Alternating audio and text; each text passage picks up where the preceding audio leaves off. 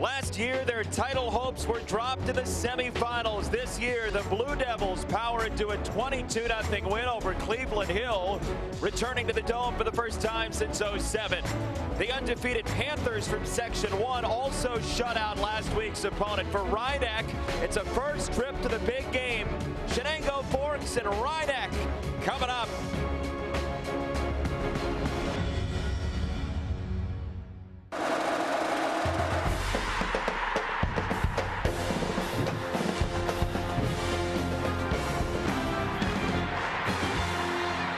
Tripleheader of high school football state finals in New York from the Carrier Dome on a Sunday afternoon, and it's brought to you by your local Toyota dealers. Check out Toyota's amazing full line of vehicles today. Toyota, let's go places. Class C is first. Chenango Forks taking on Rhinebeck. Thanks for joining us once again with Dale Drypolcher, Jason Benetti along with you.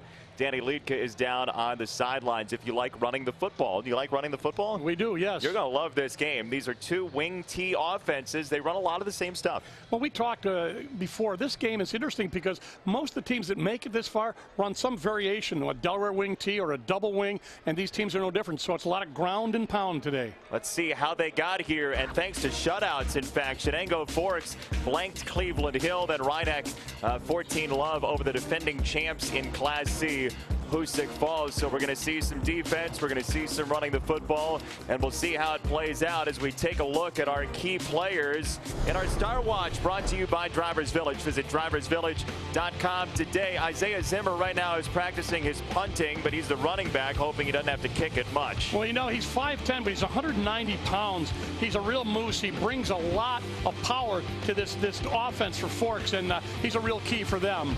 On the other side for Rhinebeck, Ryan Morningstar, one of a bunch of running backs they'll use. A little bit smaller, about 160 pounds, but he does a lot of things, all-purpose yards. He can catch, he can pass, he can run. He does it all. He's a real key there for that number 24 for their Rhinebeck. We say we check in downstairs. Danny Liedke. Hey, Dan.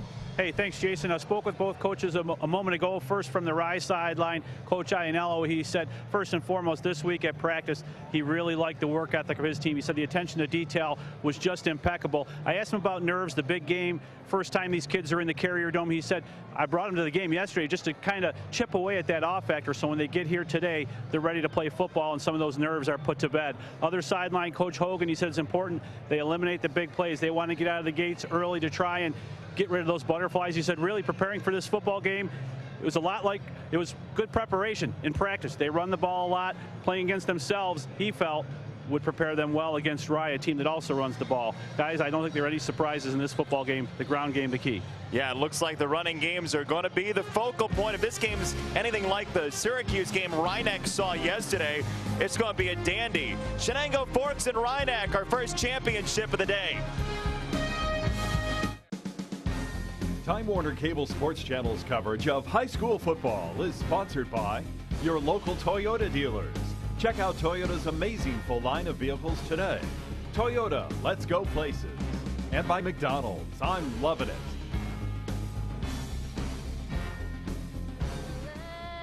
Lands of the free and the home of the brave.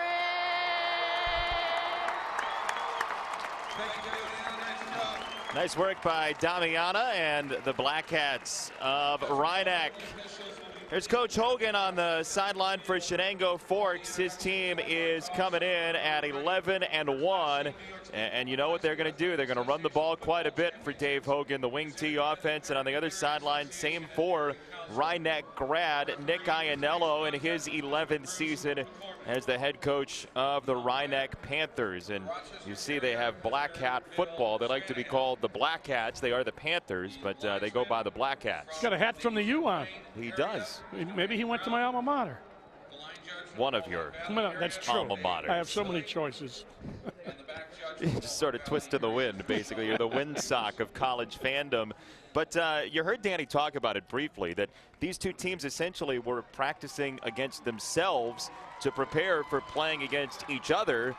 and there's a great benefit. So what can you learn? What do you take defensively playing essentially against your shadow? You know, there's a lot of deception. There's a lot of ball handling where there's a fake here and then an inside handoff there, and, you know, watch the wing. They put them in motion.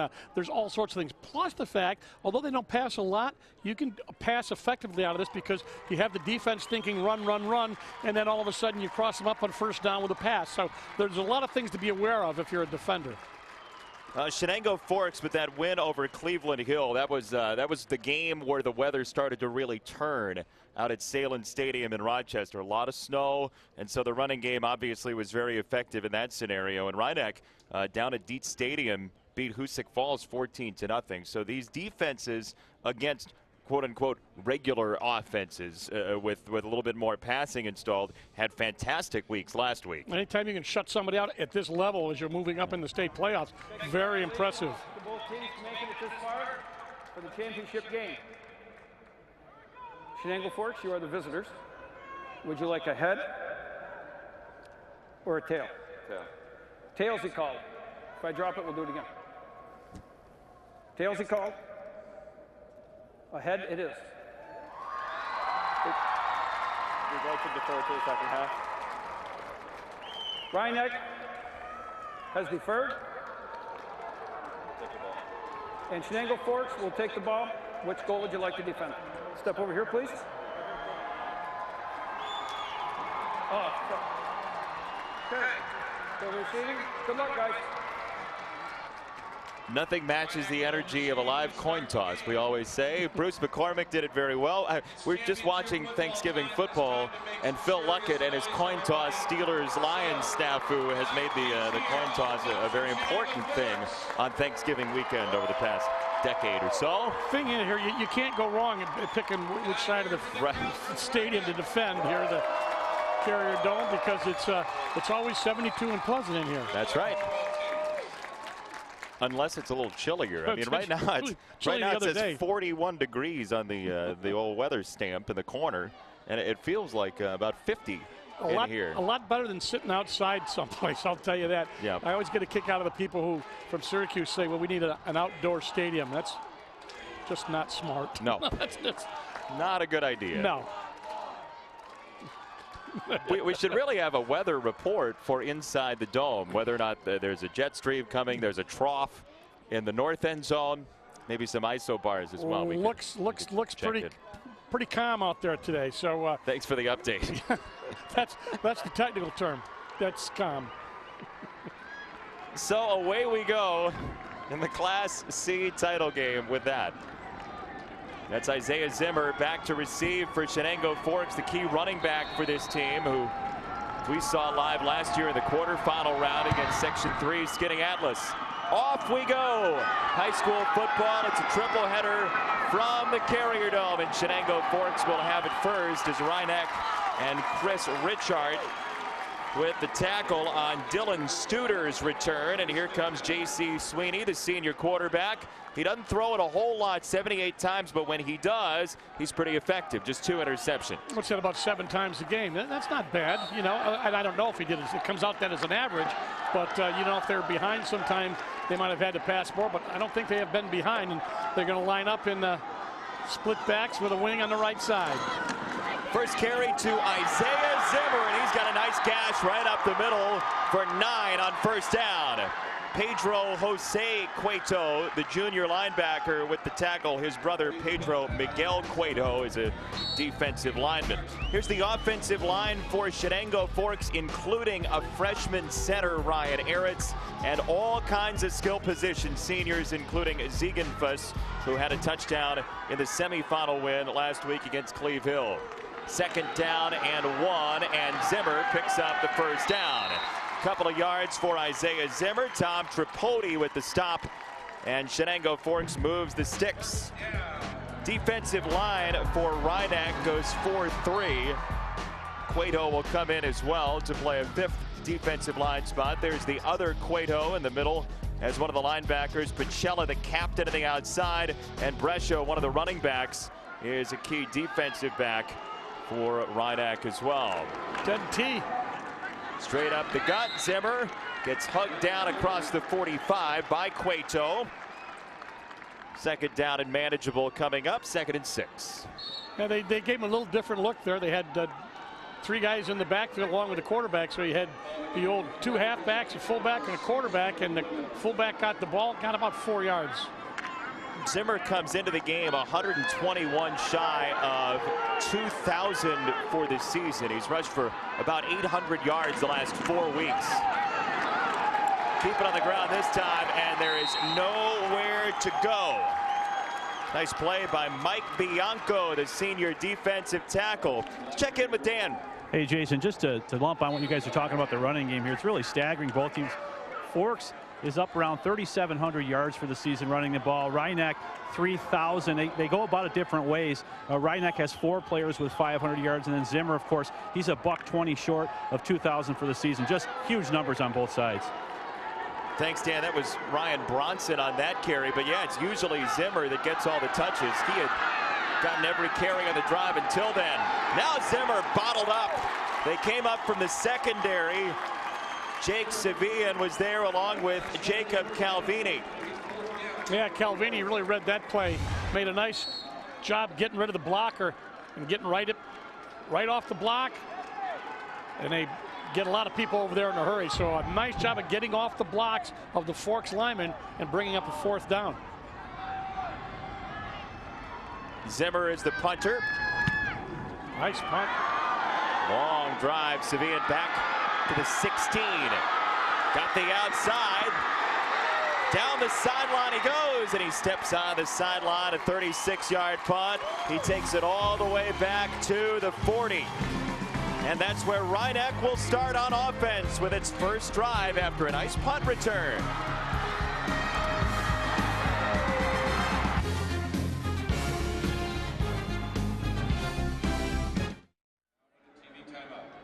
Back to the Carrier Dome in Syracuse, about 3 minutes in to the first quarter. Chenango, Forks, and Rhinebeck. The Blue Devils with 1 first down, then a punt from Zimmer. And now the offense takes to the field for Rhinebeck after 14 points and a win against Hoosick Falls last week. And there is Tom Pipolo, the quarterback who ran the ball 5 times against Hoosick Falls. They did have a defensive touchdown in that game as well.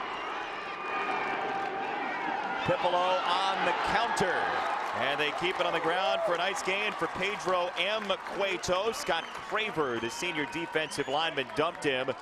Cueto gets about 8 on first down, and here's the offense for Rhinebeck. 5 seniors along the line. Bunch of guys that know this system. And Morningstar, Garcia, Calvini, Brescia, Sevian, who had the punt return.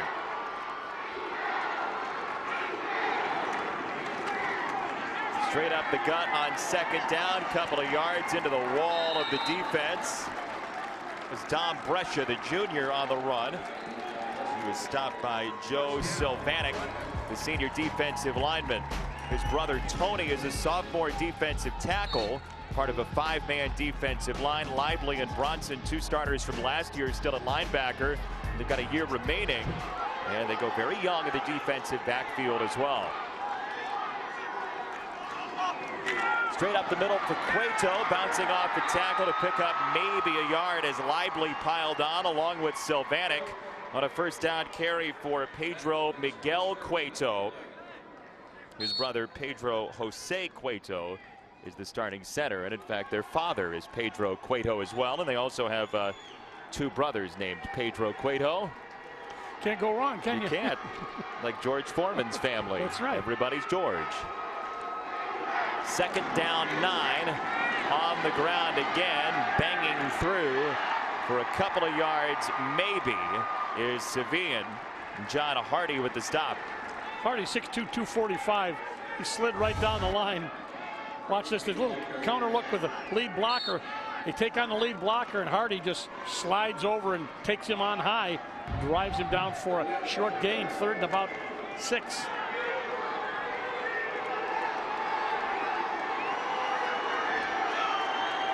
Cueto, the deep back, 3rd and 6.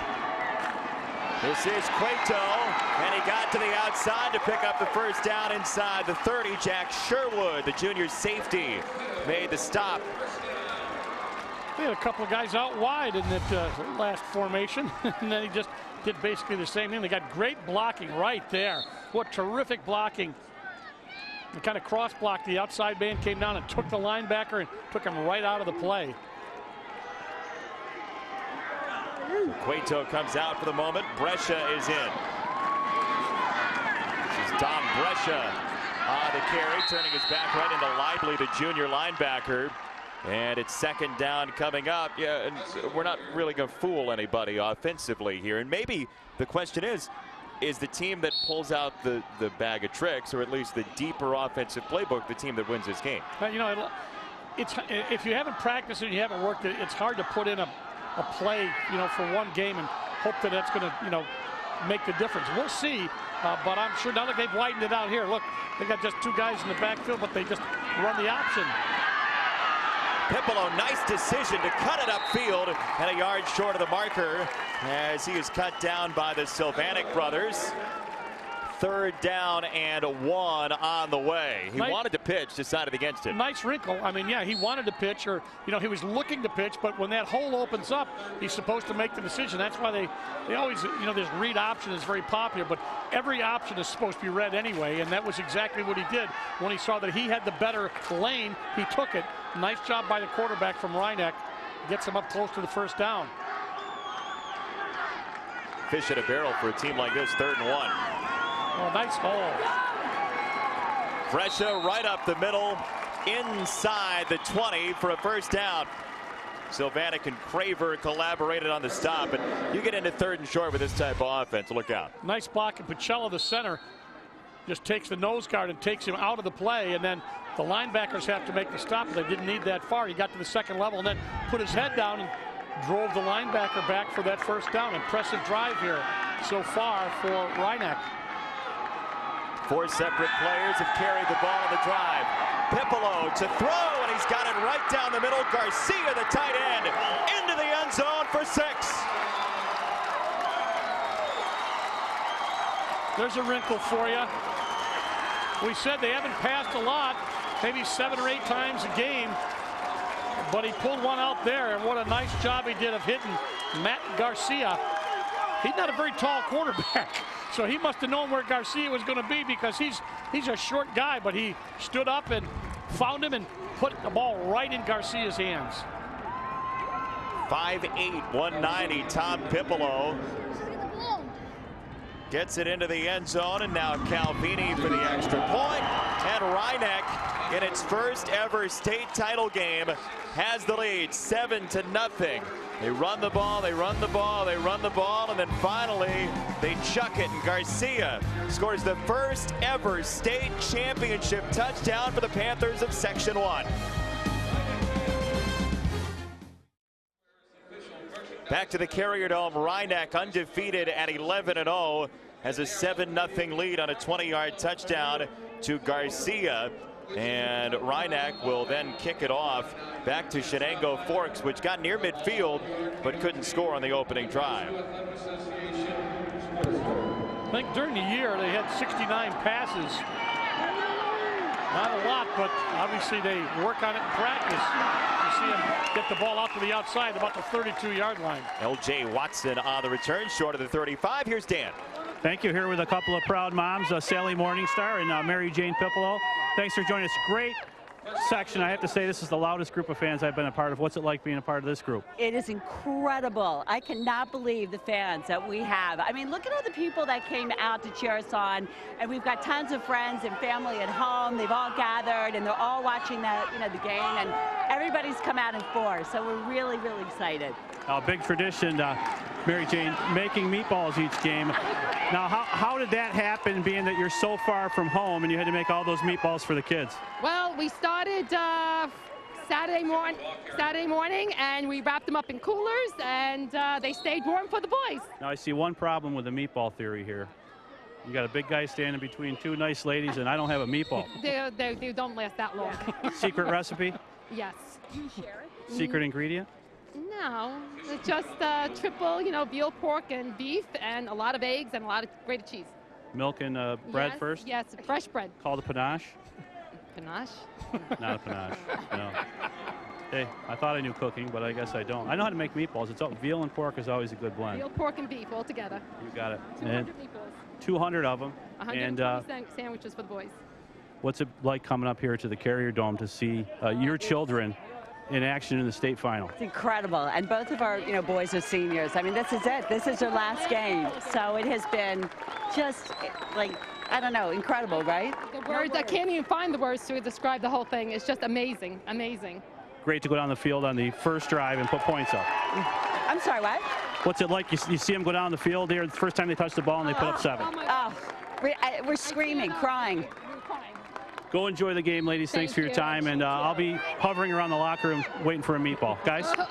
I knew about 15 seconds in Danny was angling for food with that interview there. But nice work by the ladies from Rhinebeck as Cueto is injured over on the sideline, and Zimmer plunges for a Chenango Forks first down, his 6th carry of the ball game. Well, Danny was talking meatballs. Forks lined up with the triple trips to the triple receivers at the top, and what did they do? They just ran the ball, gave it to 45, gave it to Zimmer, the workhorse. Well, we're well prepared for the meatballs with Forks. Yeah, they're here. Now that you mention it, got enough Forks.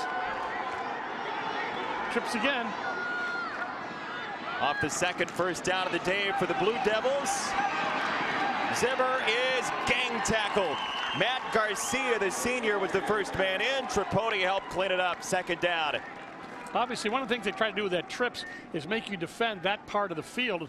And all of a sudden, not all of a sudden, but they just give the ball back and he goes right to the left. So they try to spread you out a little bit and bring him back to the weak side. And he gets a couple of yards. Jake Pacello, one of the captains in there as well. The middle linebacker for this team. You see all those markers on his helmet. That means he's had a very nice season. It does. Or he broke into the art closet. More likely the first one. Sweeney on the option. And he's got the first down. First trip into Rhinebeck territory for Chenango Forks out of Section 4 down the way of Binghamton, down Brescia. So we see both teams run the option, and this one, same idea. Fake, he's taken. But now he turns it up. As soon as the defender turned his shoulders to run with the pitch man, he turned it up. All he needed was a first down, and that's exactly what he did. Smart play by Sweeney. First down, Chenango Forks, and some movement at the line. The flags are in. Cost him 5.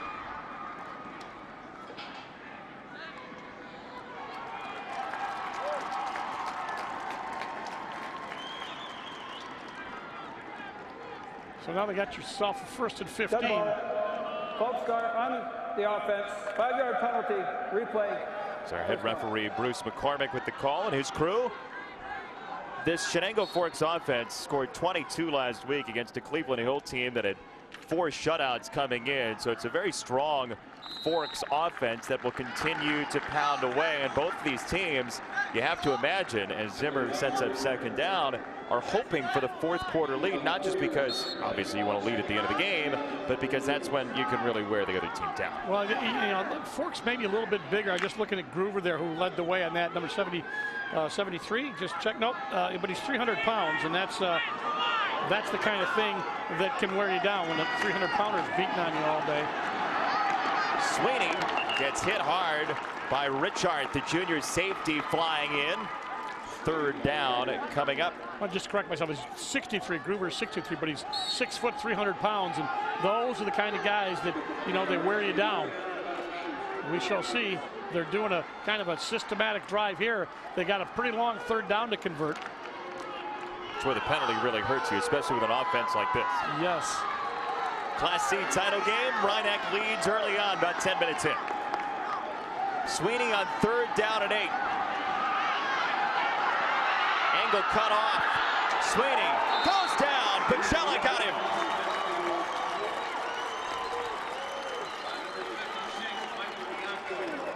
Bianco there as well, and it is 4th down. Mike Bianco's shadow in this play. You see 56. He's coming up at the top of the screen. Now he's going to make a move right there. Comes from behind. Shadowed him all the way down, and when Sweeney had to stop, he finished him off. 4th down. That's a weird kick. Checks back up and just outside the 20 to the 24, a net of 25 on the punt. And Rhineck will have the ball with $1:17 to go in the first.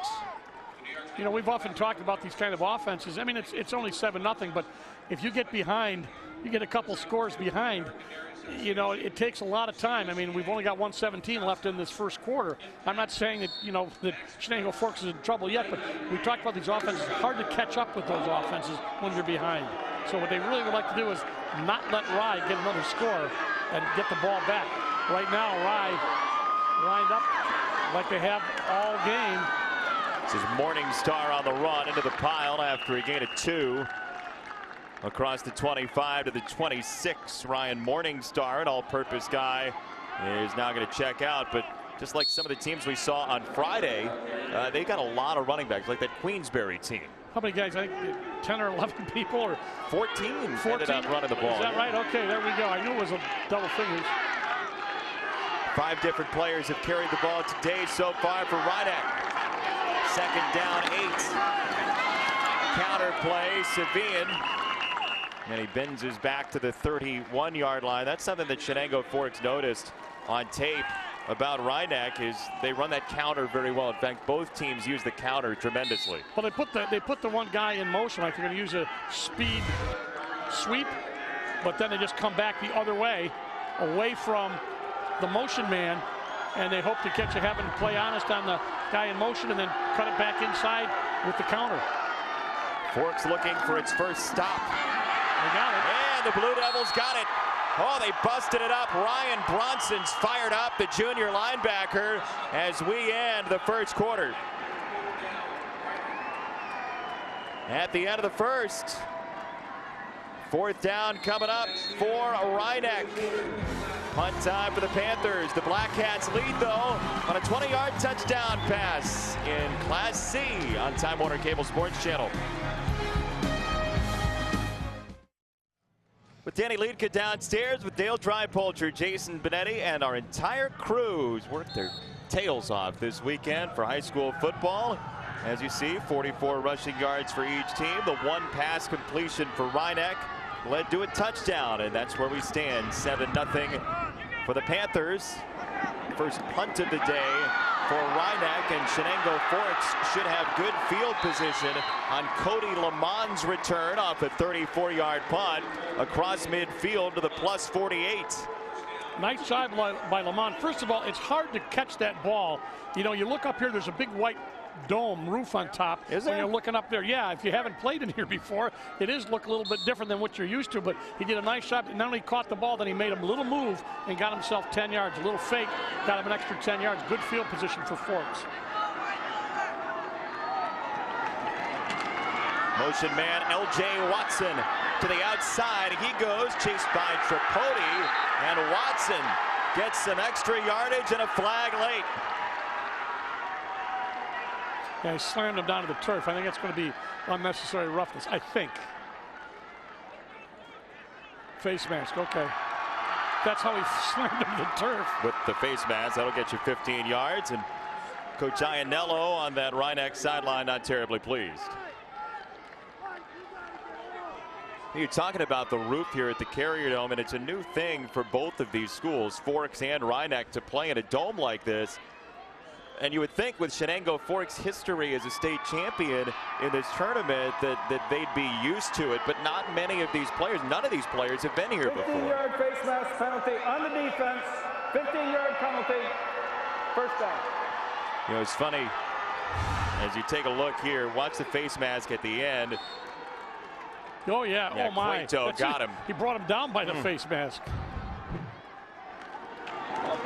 On first down, they go back to the bell cow. Zimmer inside the red zone to the 18, and we check in with Dan. Just to lump on what you guys are talking about as far as, you know, being indoors here, both teams did have a chance to practice this week indoors. Speaking of Rhineck, they had a chance to go to the Sports Underdome, which is in Mount Vernon, and Forks, the Greater Binghamton Sports Complex. Ironically, Rhinebeck has a grass field, and by choice, they like playing on grass. The reason they were indoors was just rain. And just to correct myself, guys, on that meatball mixer, it's a panade, not a panache, so I wasn't far off. But it's just like a shillelagh and a ukulele, same thing. Well, we all hear lack panache. Yeah, well, slightly. If you get in a fight, you don't want to hit somebody with a ukulele. Right. You're better off with a shillelagh. You end up with a string in your kisser. You ever get into a fight with Tiny Tim? Is that by experience? About a minute into the second quarter, Rhinebeck leads by a score, and Isaiah Zimmer has touched it 10 times already for about half 100. It's his first down inside the 15. On the ground again, and Cueto right there with a stop after a gain of 4. Ryan Bronson takes it down to the 10. I tell you, I was looking at the football. Because you bring your own footballs. That football, I think it's well used. Well-worn football? It is, yeah. Well, you want to go with what you're used to. 2nd and 6. Zimmer dragged down. Nice reaction as they crashed in from the linebacker Spot Dom Brescia, and it's 3rd down. They can get a first down. They got to get to about the 5-yard line, just over the 5 for the first. So it's obviously 4 down territory if you want to, or 2 more down territory. They move the stick back, so it's closer to 5 yards now. 3rd and 5.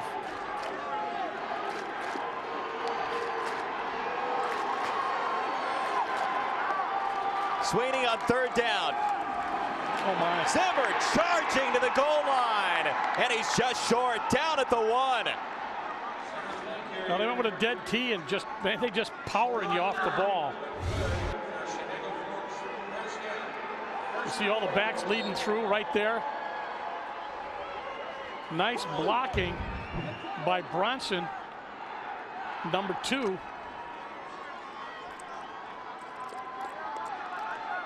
He stays in next to Zimmer.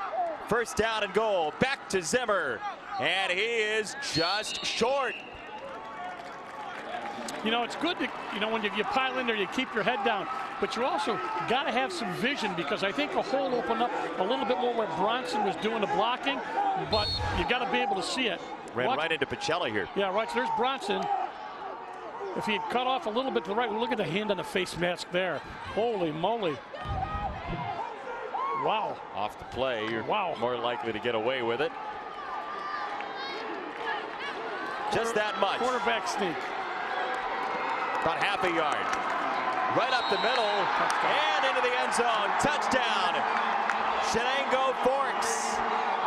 Zimmer into the end zone. They didn't get a lot of drive, but they got enough. They did not. You're absolutely right. As Zimmer led his team. Number 45, watch. You know what happened?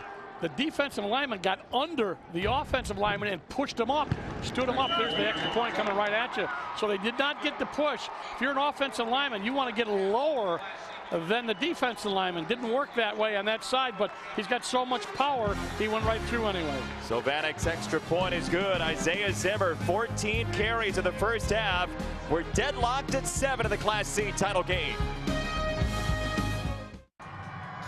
7-7 your score, 8:34 to go in the second quarter. The Blue Devils and the Panthers are tied. Couple of wing T offenses running through the defenses so far, and Chenango Forks already has played a wing T type team in the quarterfinal round with a win over General Brown 35-18. So they're used to playing against each other, sort of shadow boxing. And Isaiah Zimmer, 14 carries today, and really notable is the fact that he has not had a carry for a loss yet today. Well, that's a key in this offense is not to get behind, not only in the scoreboard, but also in your first down. You want to get good yardage so you don't have to struggle. Nice kick. That'll be in the end zone. And there it goes. Cueto looked like he was at the edge of the diving board, didn't want to go in.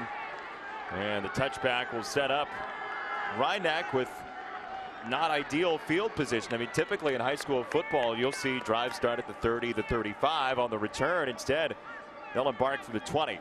Yeah, it was a good kick. He got it over the head of both of the return men, and the ball bounced into the end zone. So a good long field has been garnered by Chenango Forks. On the other hand, Rye's got to get the long field. Let's see how they do it. Don't forget, they're the only team that's passed for a touchdown.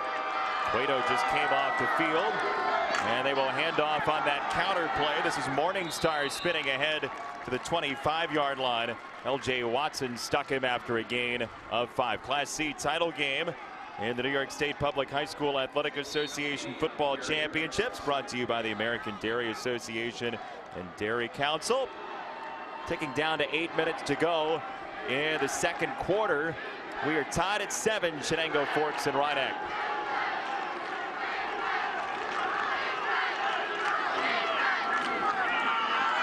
Savine on the run. Ball down. And there it goes. And first down, if they got it back, they did. Pedro Jose Cueto recovered. He was juggling it for a while and then finally sprung it free. Hey, Dan, what do you have downstairs? Joe Seglia joins me. He's the AD at Rhinebeck, and he graduated from Syracuse University. Ironically, won the national championship here, 2000 men's lacrosse. Thanks for joining us. Now, you spent a lot of time here in the Carrier Dome, and I wouldn't say you took it for granted, but you were here every day practicing. You got to enjoy it. Now, you had a chance to view it from a different perspective. What was it like to see these kids walk in here and just their eyes grew? That was the best part of the whole situation. Seeing the kids really enjoy their experience being here, seeing the jaws drop, the eyes widen a little bit, the coaching staff, the kids.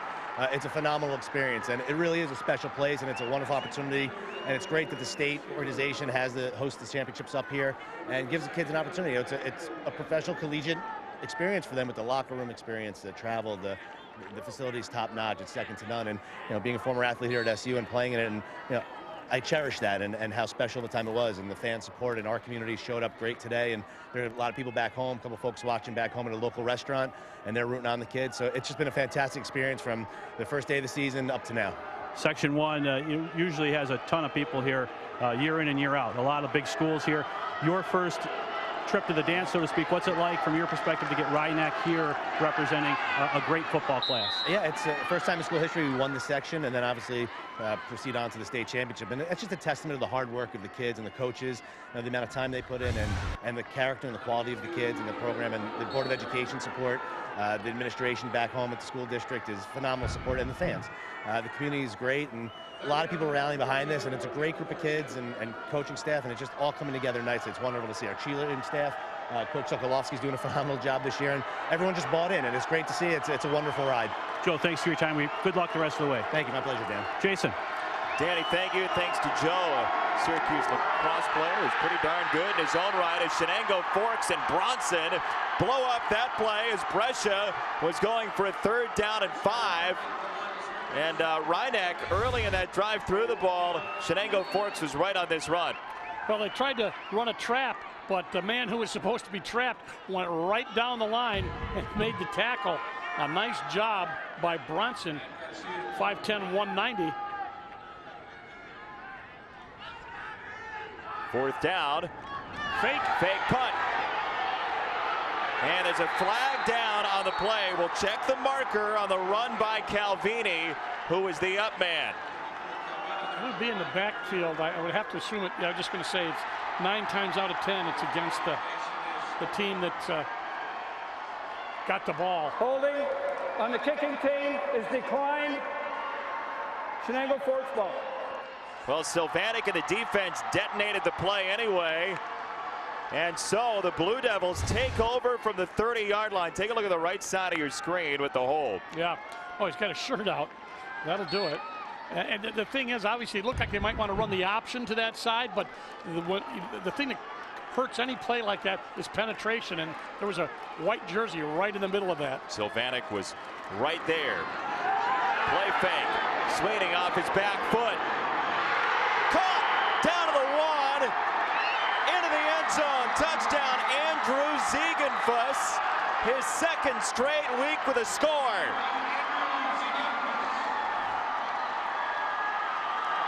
We saw Ziegenfuss in the game previous to that and they kind of lull you to sleep. It's their first pass, pretty efficient. They run the fake. Ziegenfuss gets behind the secondary, looking to make that catch. Just reach out with the ball, hand underneath it, touchdown. So Vanek's extra point is good. Rhinex fans thought maybe he was down at the 1-yard line. Anyway, Chenango Forks goes for the jugular after the turnover and got it. Ziegenfuss, the big receiver, into the end zone for the Devils' first lead. Back to the Carrier Dome. The Blue Devils have their first lead, 14-7, halfway through quarter number 2, and that's the way this game might go. I mean, back and forth with these wing T offenses. Whoever gets the big gainer, and then whoever hits on a pass. We've seen both teams score via the air. They just had a penalty before the kickoff and started for illegal substitution. So there's a 5-yard penalty. But you know, you keep that play, that pass play, in your back pocket until you think everything is right, and your scouts upstairs are looking down and they say, that's the alignment we want. Here's what they do when we did it the last time. So let's try it. It was a good call. Solid return here. Ryan Morningstar right up the gut, and there goes Morningstar all the way inside the 10, and he scores.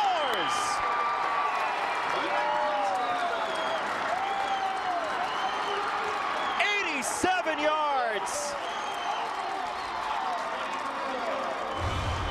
You can see it happening right here. Look, see those guys cross blocking, and now it's like right down the middle. Makes a move, makes a cut. That was a beautiful cut right there. And Morningstar just said, I'm running straight ahead as fast as I can go. Good speed. At the end, he gets chopped down, but well across the line, across the goal line. So they answer back. Here's a penalty right here. Another substitution penalty. So Forks has to kick from 5 yards back because of a substitution penalty, and another substitution penalty. Now this one's against Rhineck. All that meant was the kickoff return was 87 instead of 82. Yeah, it doesn't make much difference because that was well blocked. Illegal substitution on the kicking team, 5-yard penalty, retry. Now this is a little bigger penalty because you're kicking in high school. 5 yards could be a big deal. They're going to huddle up here and talk it over. I just sent another player in. They're not gonna kick. They just chuck the tee there out of the way, and they got trips and they're not covered. Pipolo to throw. Incomplete. Looking for Calvini, who was initially on to kick. And Forks holds the lead by 1. Now here's some little things. How about the substitution penalty? Costs them an extra point, at least we think. You know whether he would have kicked it or not, but you get a good look at what set that whole thing up is a nice looking camera shot from the back. Mr. Fundalinski, our camera operator, I'm sure that's his camera, doing a good job of following Morningstar right down the center of the field. What a great job. Lamond almost Steve Taskered him there at the end. Well, fortunately, Mrs. Morningstar and had the meatballs for him, right? So.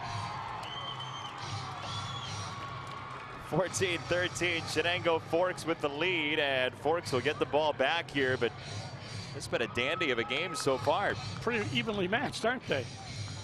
Two teams with 11 wins on the year. Coach Hogan on the Chenango Forks sideline, trying to get this team a state title for the first time since 2004. Would be the 3rd championship for Forks. This is the 29th state playoff game, a record for Chenango Forks in Class C. Interesting, we talked about the running game. Both touchdowns by the offenses have been scored in the pass, and the other one's on special teams, so they have yet to rush for a touchdown.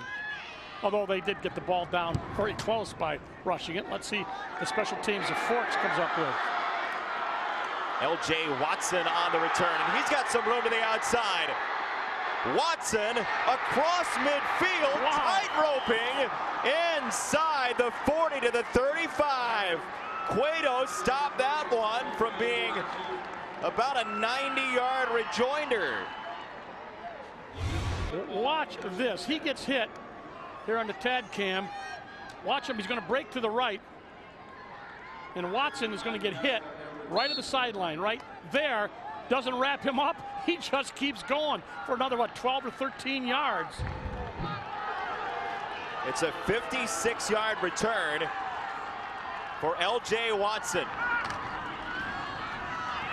Sweeney on the option, kept it himself and got dragged down by Calvini, who was the intended target on the two-point conversion previously. Smart play because they had that option covered. They had the pitch man covered, and had he pitched it, it might have even been knocked down or intercepted. So he did the right thing and took a no loss, but no gain. And let's reset and try something else.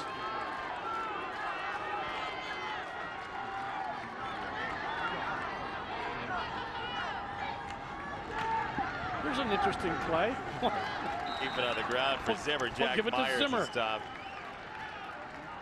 You're surprised by that? That's carry number 15 on the day for Mr. Zimmer. 63 yards so far. I think their philosophy is it's really hard to stop him for less than 3.5 yards. And if we can get that 3 times, we got ourselves a first down. But we'll see if they can do it now because it's 3rd and long.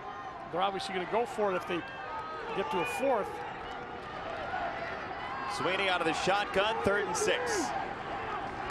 Zimmer, blockers out front. Studer with a lead block, and out he goes at the 25 in the arms of Dom Brescia, the linebacker. They can line it up however they want to. It's the same thing. They had a bunch of receivers down there, but they're not really receivers. They just pitch the ball to them, and they're going down to block. That should be a first down. So Forks, different formation, same idea. Give it to 45. Under 4.5 to go, first half. Zimmer 70 yards in about 20 minutes. Watson in motion. He's got the toss.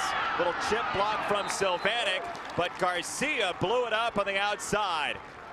Great play by Matt Garcia, the man who scored it, received the touchdown. He gets off the block, he gets one hand out and stops that play. Watch him, it's just a pitch to the man who's already been in motion. And Watson trying to get around the corner. Watch this. Do I have the corner? I slow down. And just a great job of bringing him down by ripping his leg out. Matt Garcia, he's had quite a game so far for Ryan. It's the second carry for Zimmer that's gone for no gain. Positive yardage every other time. Sweeney keeps it himself, and he goes crawling down to the 16, just short of the marker.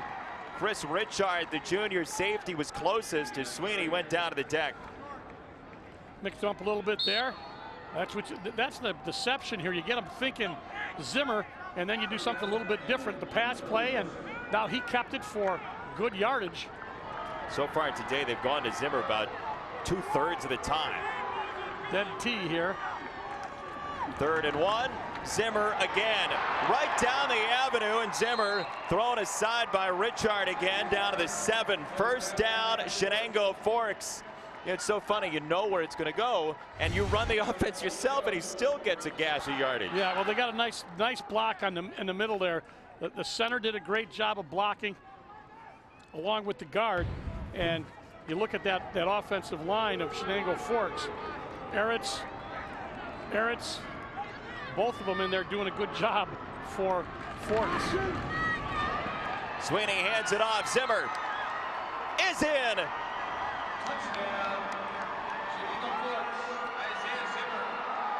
His second score.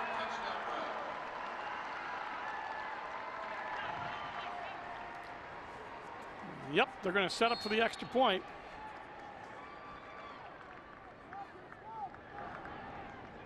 Sylvanek on to kick it out of the hold of Patwell. And it's an 8-point game for Chenango Forks. Both teams had a shutout last week. Neither team's going to get that today. The offenses have won the day so far in the Class C championship. Zimmer finds pay dirt for the second time.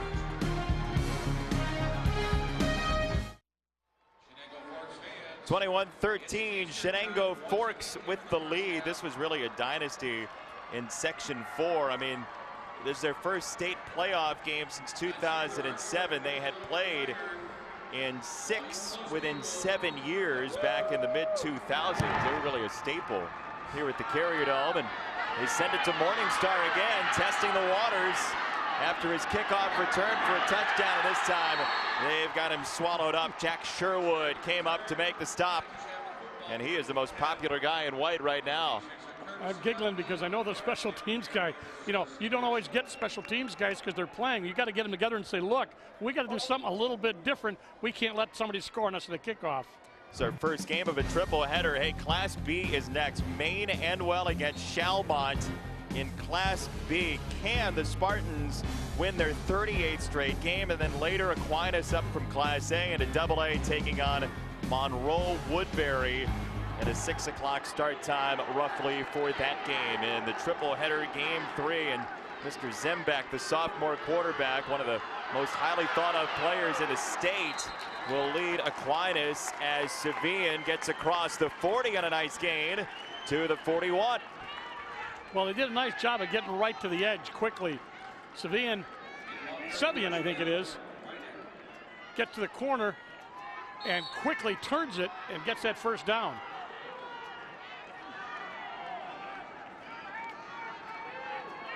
"14-yard carry, the longest run of the game for Rhineck.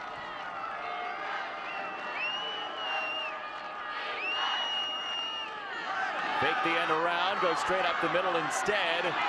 And a couple of yards there. Sherwood came up to make the pop on Cueto. Lively was in there too. Second down coming up. But Tripodi, 51, pulls, leads up through. Watch 51. Right there. Nice block by Tripodi. He really sprung that play and lets him get to the second level on first down. So they have a very short second down. Good blocking by the line, Rhineck. 2 minutes to go, first half. Pipolo to throw, has time, launches deep for Garcia, who's got it inside the 15.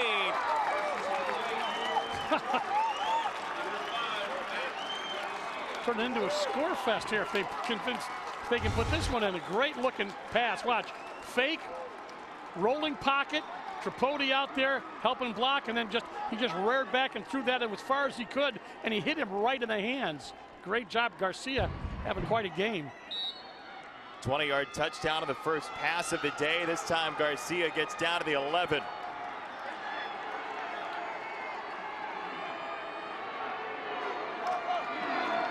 Off the pitch, pressure this time to the outside. Off the spin, gets a couple of yards, but not a whole lot more. Cody Lamont wrapped him up along with Bronson, and it'll be second down. Good fill there. They went right to the corner. They've had luck getting to the edge, especially on the right side. They pull Tripodi or another lineman, and they go to the right, and they got to the edge, but that time in the end forced him back inside, and pursuit brought him down. They can get a first down, like about the 1.5 yard line to get the first.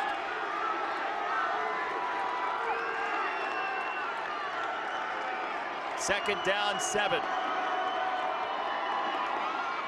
Fake the counter on the option, and Pipolo is swarmed. Scott Craver, the defensive lineman, got in there first. Third down.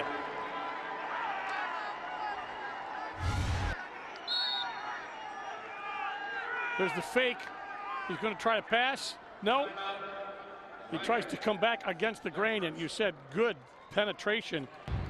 Scott Craver, 6'3", 210, there to make a great tackle and put a little bit of the onus on Rhineck here to decide what they're going to do. A little surprising, don't you think? Rhineck called a timeout there?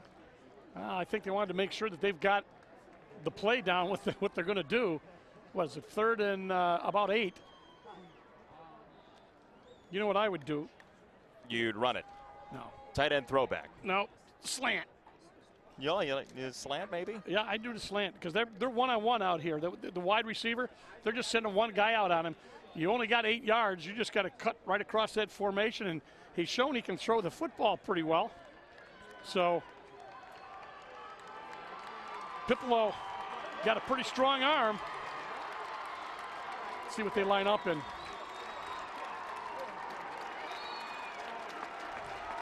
Nick Iannello draws it up. They'll work from the 9-yard line, and the play clock on the move. Under 20 already as they break the huddle.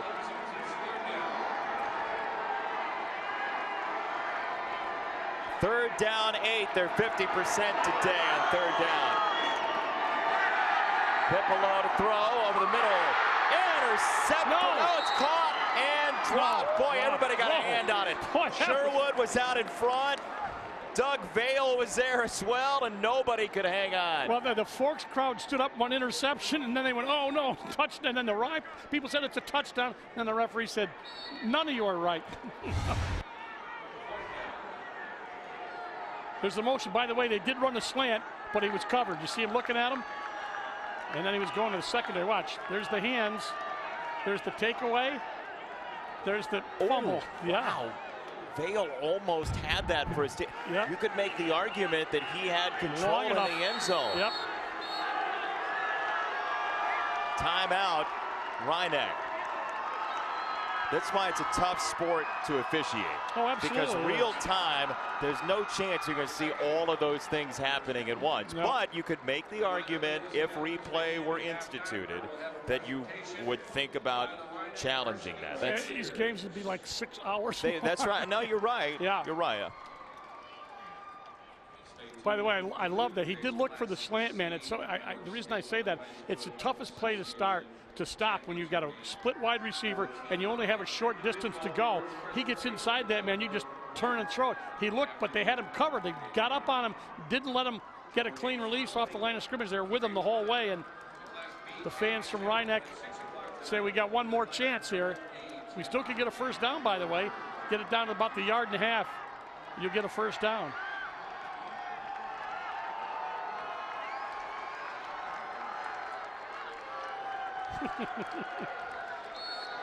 Some Black Hat fans on the Rhineck sideline. Timeout, Rhineck, 1 remaining. Fourth down and 8.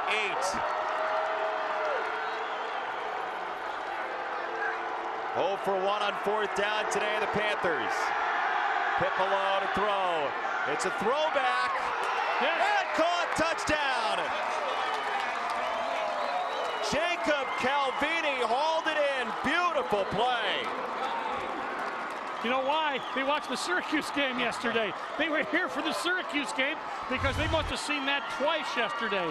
3 times, actually. Throwback, everything goes one way, and he just turns and fires. Pipwall put it up in the air, let his receiver make the move, and Calvini gets a touchdown. What a catch by Calvini going down to the ground. You're right, they brought him here to watch the game, get used to the carry. They might have picked something up too. 3 of those yesterday. Hand off to Cueto, and he crashes down the door to tie the ball game. Well, this is some football game.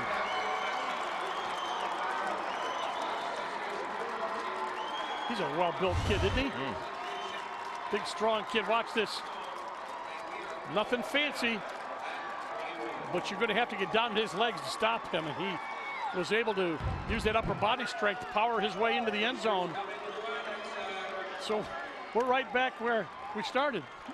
21 all. Or nothing.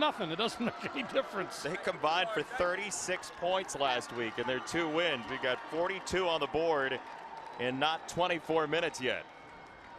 They got a lot of heart, both of these teams. This is a fun game. Absolutely, and both teams, we said they'll run the ball, and that's what they've done as a base offense, but they've both fluctuated from that and made some big plays out of it. They've all passing plays, except for that extra point. They've all been the special teams, but they've all been passes. Pipolo for Rhineck, 3 out of 5, 70 yards and a touchdown after 1 pass all of last week. You know, he's not a tall guy, but boy, he really throws a nice ball. He just turned, that was a perfect on that throwback, because, you know, you got to hang it up a little bit. And what a great job he did of getting it right to the receiver. Calvini gathered it in. Dylan Studer on the return, changing direction. Got a big block out front, got one from Watson as well, and down he goes at the 36. And we'll see if Chenango Forks just sits on it here to finish off the first half. I don't think they're going to throw it. Boy, two good teams who know each other vis-a-vis the fact they run the same offense.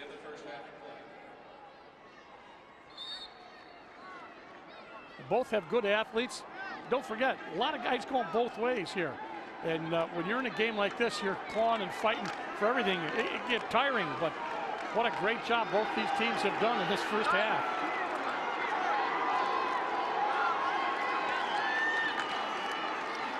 Right up the middle on first down, and that likely is the white flag for half number 1. Jacob Barak, the linebacker, with the stop there, and Chenango Forks may have run the final play. Yeah, they don't have to run another play. Play selection, 28 runs, 1 pass. Good pass, though. Got you 21 points in the first half. Chenango Forks and Rhinebeck at level pegging through 24 minutes here at the Carrier Dome for the Class C championship.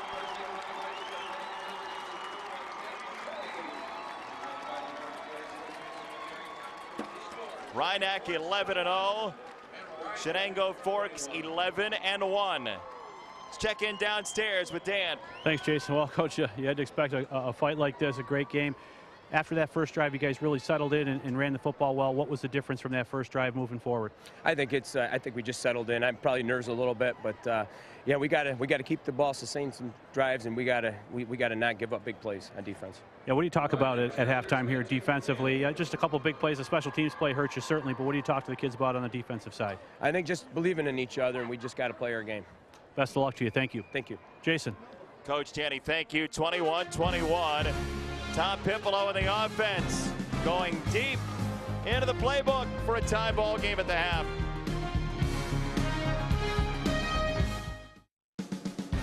Time Warner Cable Sports Channel's coverage of high school football is sponsored by Nice and Easy Grocery Shops, by Drivers Village. Visit driversvillage.com today. By the Bassett Healthcare Network, serving the people of Oneonta, Herkimer, Cooperstown, and beyond.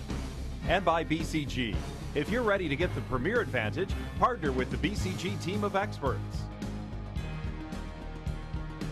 And welcome back to the Carrier Dome. We are at halftime. Great football game. Chenango Forks and Rhinebeck tied up at 21. Joe Altieri joins me. He's the Director of Marketing for the New York State Public High School Athletic Association. Great to see you, Joe. Great weekend here at the Carrier Dome. Some great games on Friday. Real great game here at the half. Awesome game at the half. I'm really glad to see. We had a couple lopsided games on Friday to start the tournament, but this is a great way to start our Sunday. American Dairy is a big part of what you do, the sponsorships. A new agreement with them. Tell me what they've meant to your organization and to young student athletes out there throughout New York State. Yeah, our goal, Danny, is for student athletes at championships to have a great experience. And we're constantly trying to promote kids, give them a great experience, give them amenities, be able to play in a venue like this at the Carrier Dome. And it's made possible through our partners like the American Dairy Association, Time Warner Cable, Max Preps, various partners that we have. And we just signed a new contract with the American Dairy Association for more benefits for student athletes. Not only a financial support, but also clinicians and educators that are going to help us communicate with coaches and athletes about the nutrition benefits as an athlete. So it goes beyond just financial support from partners, but also other ways to help student athletes. Well, you talked about amenities and things that you're doing for these kids. How about a championship game and the ability to be on television statewide for these kids and the fans to be able to watch it from home and watch it replayed time and time again?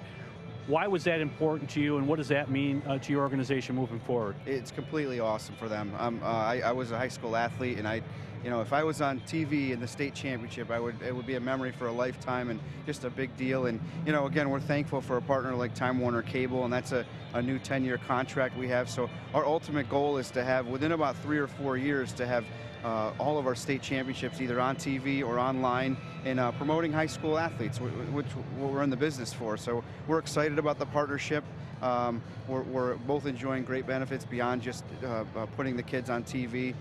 Time Warner's also sponsored a sportsmanship program that we have now, a Stay in the Game program, and some of the fans at home can see the banners along the sidelines, but it's another program that Time Warner sponsored where we promote kids staying in the game, avoiding ejections and disqualifications, and we're excited about promoting that program and doing good things for athletes. Well, as a former athlete, how rewarding is it to you to be in this role now where you were once the athlete, now you're kind of giving back, you get to see the glow in those kids' eyes when they're on the field. How rewarding is that? What's it like to be in that role? It's awesome, and I've been here, this is my 13th year now working for the association, so it's exciting to see the evolution of us promoting kids more and more, being able to stay and change to venues that are like the Carrier Dome and giving kids great experiences. It's just real rewarding. And again, coming from an athlete perspective in high school, then moving on to administrative role, it's very rewarding. I enjoy it. Joe, keep up the great work. Always great to see you. Thank you, Danny. It's always great having you. Joel Altieri, the Director of Marketing for the New York State Public High School Athletic Association. Keep it right here. Much more coming up after the break. Great football game on tap on Time Warner Cable Sports Channel. Time Warner Cable Sports Channel's coverage of high school football is sponsored by your local Toyota dealers. Check out Toyota's amazing full line of vehicles today. Toyota, let's go places. By Nice and Easy Grocery Shops. And by McDonald's. I'm loving it. Back to the Carrier Dome. We're tied at 21 in the Class C championship game on Time Warner Cable Sports Channel. Thanks for joining us for the New York State Public High School Athletic Association Football Championships, brought to you by the American Dairy Association and Dairy Council. First half highlights: Tom Piccolo uncorked to pass, 20 yards and a touchdown to Matt Garcia, his tight end. It was 7-0 in favor of Rhinebeck, but Chenango Forks came right down the field, turns it to Isaiah Zimmer. He was into the end zone for the first time of multiple times in the first half. Then J.C. Sweeney, the first pass of the day, goes to Andrew Ziegenfuss, and Chenango Forks took the lead at 14-7. Back and forth we went. Yeah, and you look at your special teams to give you some help. Here you go. Mr. Morningstar, the senior Ryan Morningstar, 80-plus yards into the end zone for a touchdown. Extra point, had a penalty on it, then they went for two. It was no good, so 14-13. Shenango Forks back to Zimmer into the end zone as he got wrapped up by Calvini. 21-13 until this, the throwback. Yeah, they saw it yesterday at the Syracuse game. It was a classic, great play, and a great play for them to get themselves back in this football game. Calvini with a touchdown. They got the two-point conversion, and there you see, just about as even as can be. Total yards, total penalties, third down conversions, first downs, as you might expect. We've got a tie ball game. And a little bit of passing. A little bit. Yeah. Just enough. Just enough. Little cherry on top for the offenses. 100 total yards through the air for teams that combined for 4 passes in their semifinal wins. Both shutout victories. State championship Class C. 24 minutes to go in regulation. We're tied at 21.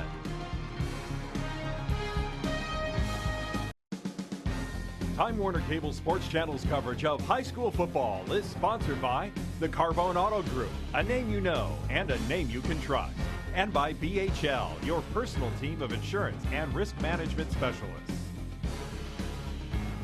Back to the venerable edifice at the Carrier Dome.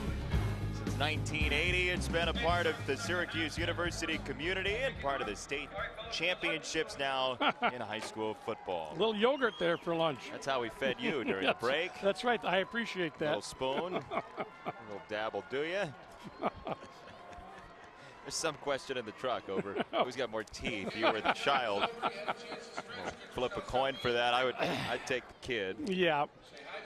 I'll tell you, it's been an interesting game. I really enjoy the fact that at one point, you know, they were passing the ball for touchdowns, but now they've obviously run for some. But that throwback was just a terrific-looking play.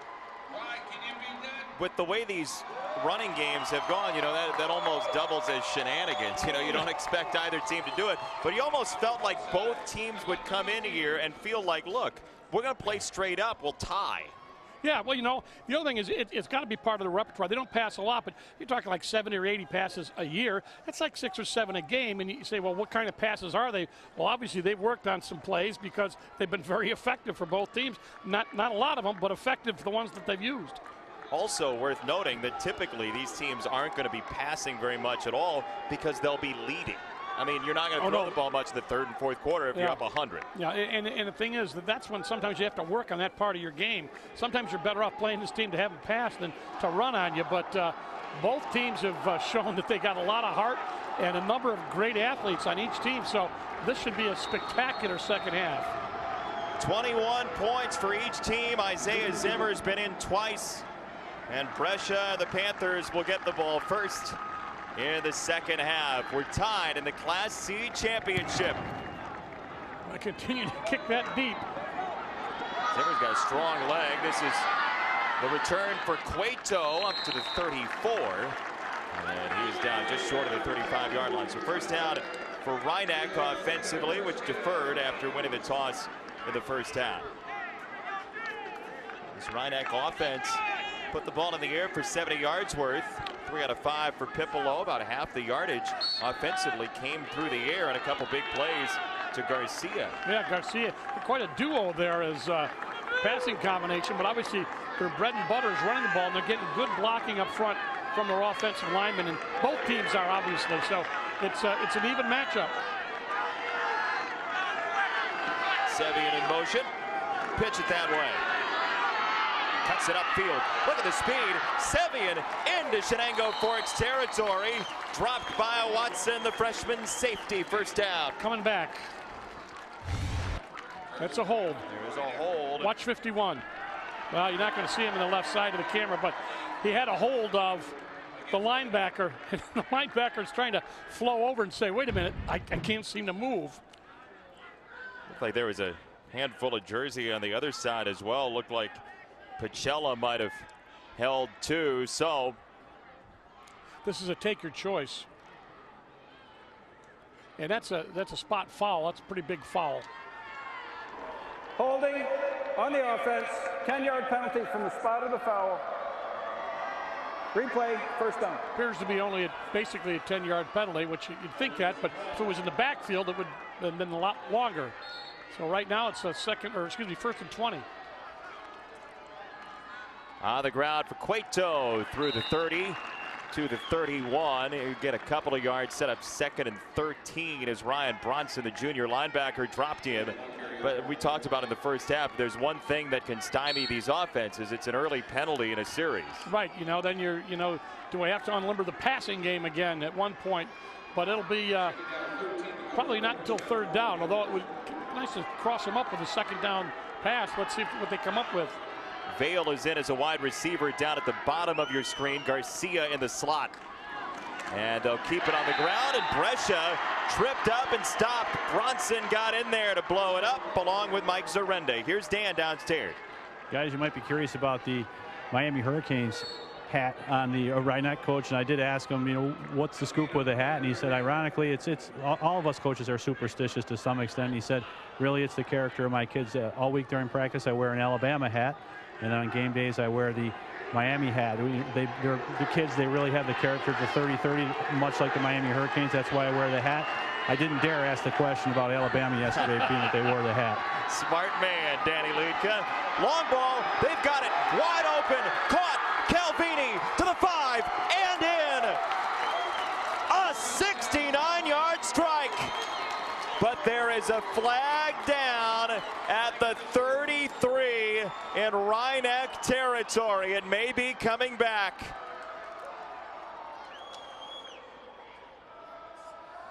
Oh, yeah. It's an illegal shift. The second penalty of the series, and it wipes away a nearly 70-yard touchdown. Boy, I'll tell you, that kid can throw the ball. Pipolo, he just rears back. He's not one of those 6'5" guys. He just gets underneath it and just lets it go. And my golly, he's hit people right in stride. Unfortunately, it's going to come back, but what a great pass play. Illegal shift on the offense. All 11 players were not set before the snap. 5-yard penalty, replay, third down. When you move 2 players at any point before the snap, they got to be set. Everybody has to be set after that. When you snap the ball, they've got to have come to a stop, and they didn't. So third down 18 for Pipolo on the offense. Doing it again. To the outside he goes. Tipped and incomplete. Nicely defended, triple coverage back there. L.J. Watson got a hand on it for Chenango Forks, which has forced a punt thanks in part to some penalties. Well, Cody Lamond has got to be aware of what's going on, because he's been the last man to try to stop those pass plays as a safety. He's going to go back and see if he's going to receive this punt, but they got to get you cautious on that now. That can pay dividends later in the passing, in the running game, when you got a safety who's not going to be able to come up and make a tackle because he's worried about the ball going over his head. There's Lamond right there. Nice punt. Watson back at the 32. Off a 42-yard punt. Good return, but outkicked his coverage down to the 49.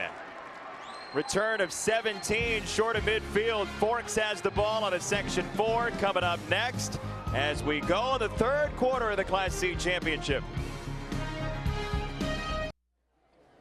Back to the Carrier Dome. Chenango Forks trying for a first state championship since 2004, the third title overall for Dave Hogan and his Blue Devils, and they brought a sizable crowd today, and so is Rhinebeck up from Section 1 as well. Absolutely. It's a nice day here in the Dome, and you can sit in comfort and watch your high school team play a little football for the New York State Championship.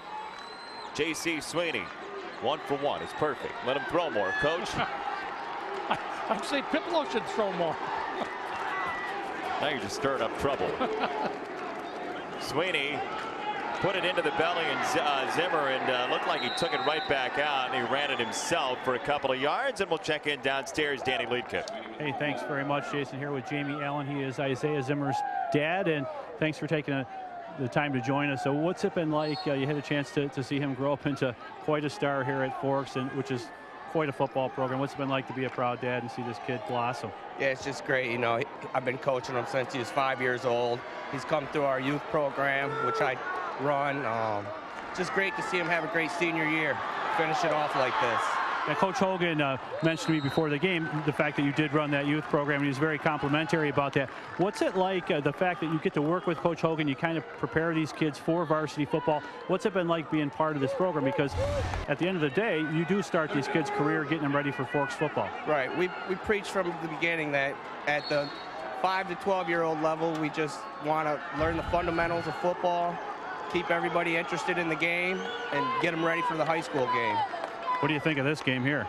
This is a great game. All these kids all came through the youth program, so it's nice to see them all come together for their senior year. Well, we wish you nothing but the best. Great job, and go enjoy that football game. Thanks a lot. Jason. Thank you, Danny. The basics that I learned at age 5 were walking. You know? Yeah, 5 is a low age. Face mask, by the way, again here on Rhinebeck, and that's gonna, maybe it's only the 5-yard variety. I don't know. Looked like it. No personal foul signal. Yeah, right. So it'll be a 5-yarder. But you'll take whatever you can get. 5-yard face mask on the defense. 5-yard. Add it on the end of the run. First down. By the way, at a while Danny was talking to his dad there, Zimmer did a nice job of blocking. He's an accomplished runner and an accomplished blocker. Did a nice job as Forks not in the red zone yet, but getting close to the 29-yard line, and 5 yards extra after a nice run on the face mask.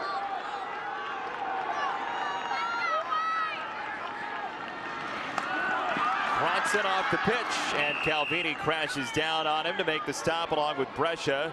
Second down coming up. Those two guys have been busy, Calvini and Brescia. Talk about going both ways. We've talked about Calvini a lot on offense as a receiver. There's a good look at the back of number 54. Jacob Barak, who's part of the linebacking crew. Second down, 7. Sweeney keeps it himself and has nowhere to go. That was closed off well by Tripodi. And also one of the guys we were just we're looking at, Barak, 54, also in there for Rhinebeck. Take a look at Barak. Watch 54. Get off the block. Read. Cut back. good job of playing linebacker. You got to be able to move left and right and be able to square up with the runner, and that's exactly what he did. 2-yard gain, 3rd and 5 from the 25. Zimmer on the switchback. Nice run, and he's very close. We'll see if they give him the 20 straight up, and they needed about the 19, and Zimmer's going to have to come out here. Helmet came off. For a 4th and 1.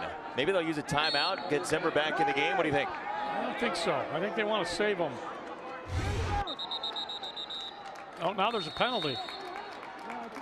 There's a penalty. There's going to be a substitution penalty. You can see it right there. He comes down, and his helmet just came off. But now it's going to be more than 4th and 1. Dead ball. It's a sideline warning against Chenango Forks. No yardage penalty, just a warning. Next one will be a penalty if they were to have one. You know, one of the reasons why they do that, is coaches will creep up or kids will creep up, and a linesman, umpire going down the sideline, they'll run into them, and you can get dangerous. So it's a good thing. It's not just that they're talking or yelling, it's that their placement. 4th down and 1. Straight up the middle, and they've got the 1st down and then some. A gain of 5 for Bronson. You remember in that game of Watertown IHC, we had an official trample inadvertently one of the student athletes on the sideline. That's right. And there comes Zimmer. So Bronson gets the job done. And Brock comes out because he lost his helmet, the linebacker. So the 1 in and 1 out. Zimmer over 100 today, about 5 a touch. 1st down, right up the gut. Zimmer, gain of 4 down to the 11.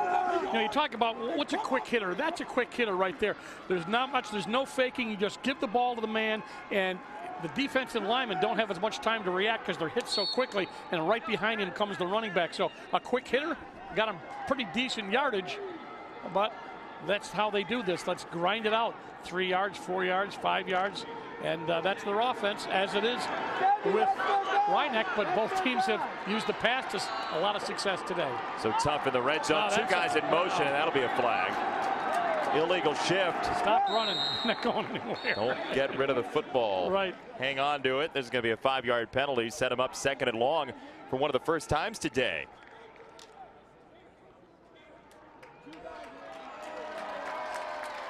And a rather wry cheer from the Rhinebeck fans.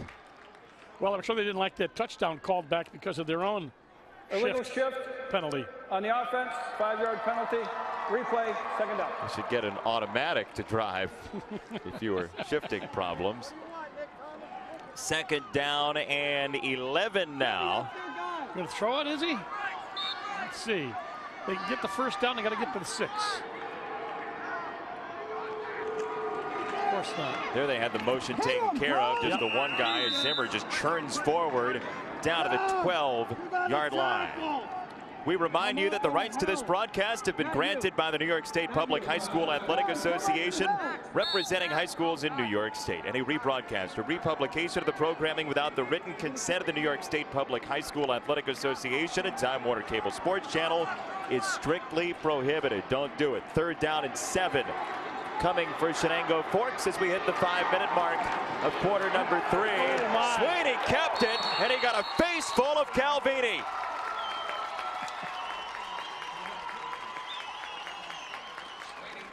Face full of Calvini, number 34. Boy, he has been a great player today for Rye. Watch this, as it's an option.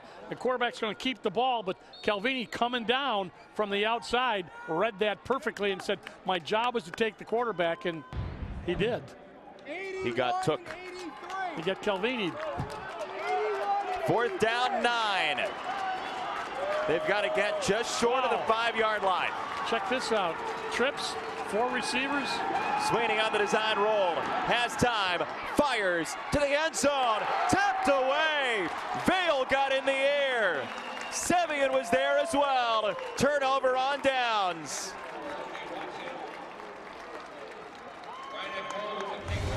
Yeah, they ran a little fake, but they knew where this was going. Watch, you're going to get 2 defenders right there. We're not going to get out-leapt for that ball, and they knock it away, and they thwart this first offensive series of the second half. Last time you had one of your forks thwarted a long time ago. Yes, sir. First down 10, 4:12 to go, third quarter. No scoring in the second half so far. This will be the 30th play of the day for Rhineck. 6 of them have been passes.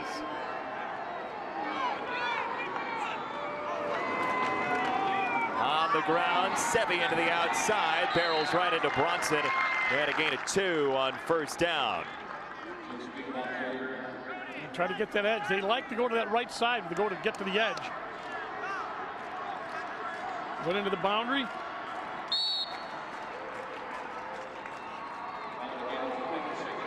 Second down 8. Late substitution. Cueto comes out of the game. Trips. Sort of an H-back set along with 2 wide. Pitch it that way to the strong side. It's Brescia on the run, and he thunders to the 25 for a first down as Cody Lamont, the sophomore defensive back, came up to make the stop. Yeah, Lamont got off the block, but not before they got the yardage for the first down. That's why it's so difficult. You got to fight, get off the block. You got to move laterally along the line of scrimmage, and he did, but not before they got the first down. Longest run of the day for Brescia. First down, Rhineck. I'll tell you what, if you're in the secondary there, you got to watch Garcia, number 5, and timeout.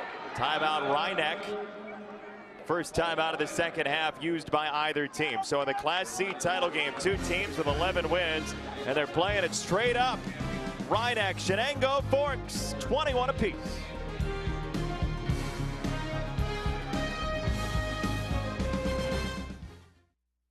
It's the New York State Public High School Athletic Association Football Championships, brought to you by the American Dairy Association and Dairy Council. Rhineck and the Black Hats, the Panthers, with the ball after a timeout, and the head coach for Rhineck, Nick Iannello, an alum of Rhineck from down there in Mamaroneck, Section 1. The only Section 1 team at the Dome this year, the fewest teams for that section since 1995. So odd to see a lack of teams from that very strong football area. They'll likely be back quite soon. Off the play fake. Sevi into the outside, quick hitter. Bronson is on the case, down to the 28. Short gain, 2 yards. That's when you need a guy who can make a sure tackle. Out in space, you've got to be able to make sure you wrap him up. Now use the sideline to help him out, but a nice tackle. He's going to the sideline, wrap him up. You knew he couldn't go too far to the right, so you've got to come under control. You got him right by the waist. Nice tackle. Looked like he had a magnet in him right there. Bronson went straight for him. Yep. I'm going to spread it out a little bit here again. I know who's going to get beat for Fort, but you better watch it. Everybody up at the line. On the handoff, Brescia straight into the gut of the defense. Couple of yards maybe. Zach Ostrander into the tackle, and it's third down coming up. 3rd and 6 for Rhineck. After taking over on the turnover on downs for Chenango Forks. Vale in as the lone wide receiver.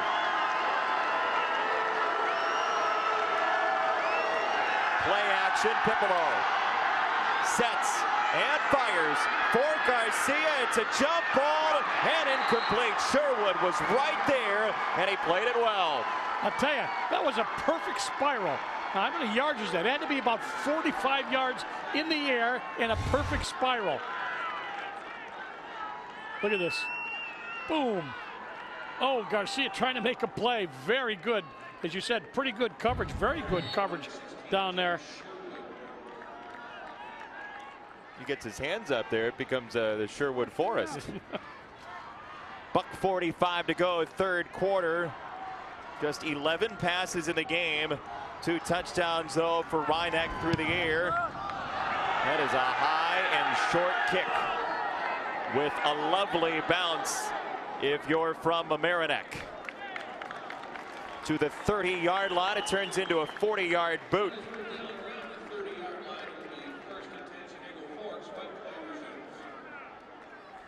So Garcia, boy, he has really extended that Chenango Forks defense. He's beat him a couple of times.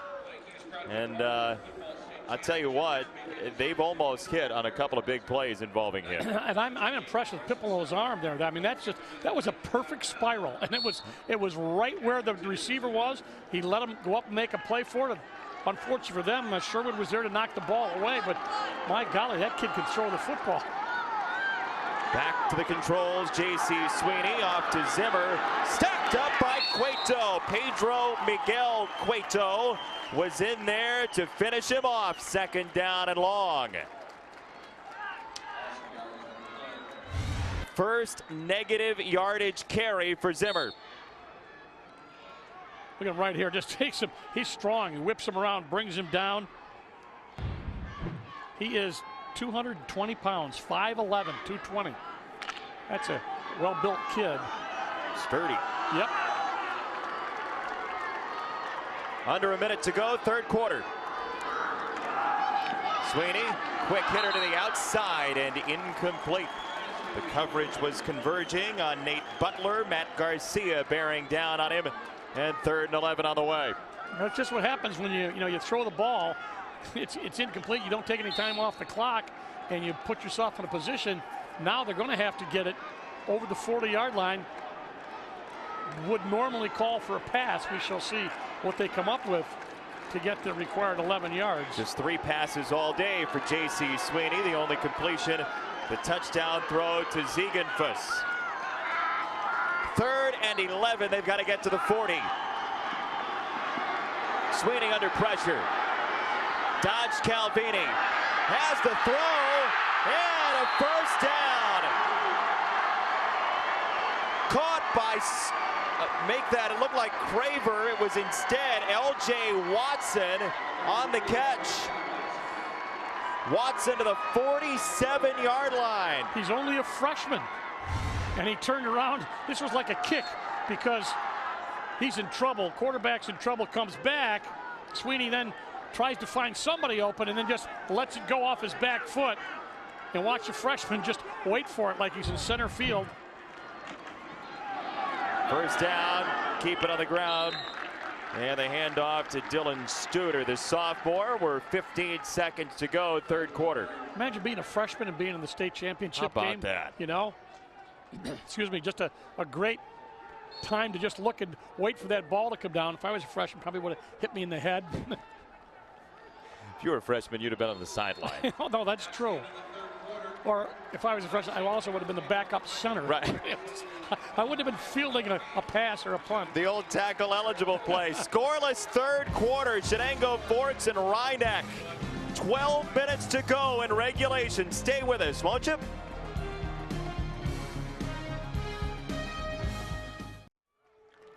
We return to the Carrier Dome at the conclusion of the 3rd quarter. Chenango Forks ball into Rhinebeck territory.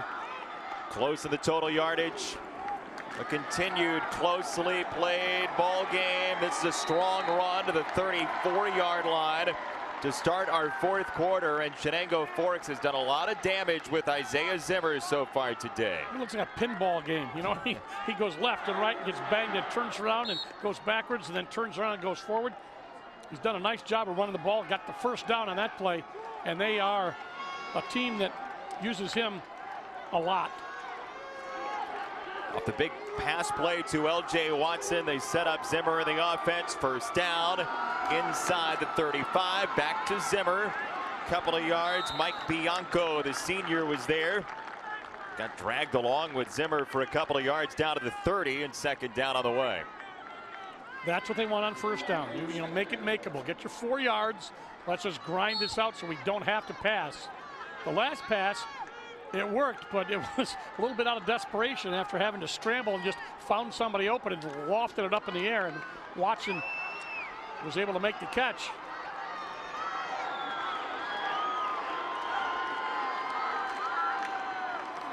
Second down, Sweeney meets Cueto and Tripodi. Tripodi, 51, a guard who does so much for their offense, pulling and leading up right there along with Cueto. Quarterback keeps the ball, thinks he's going to fool him. Not this time. Gain of 1, 3rd down and 5 from the 29. They've got to get to the 24. Bronson in motion. No. Zimmer is stuffed. He did get a couple of yards down to the 26. Myers and Bianco had to come together to make the stop. Zimmer just snuck through that pile of humanity to get him to 4th and 2. Yeah, he gets hit high, and then he gets turned around. There he just lurches with the ball. 4th down and 1. Under 10 to go in the Class C championship. Sweeney on the run. Just his 10th carry gets him the 1st down to the 20-yard line. Nice fake. I would have thought they were going to give it to Zimmer too, and the quarterback just steps up out of the fake, follows it around to the right. Watch his fake first, then he just comes around the right. They think they're all going to collapse on 45 on Zimmer, and Sweeney takes it off tackle for a 1st down. Chenango Forks content to let the game clock run down. 2nd half, 0 after each team scored the 21 of the 1st. Sweeney on the give, straight up the gut again, and boy, they just plow forward. Zimmer all the way down to the 13. Gain of 7. As we said, very important in this offense to get good yardage on 1st down.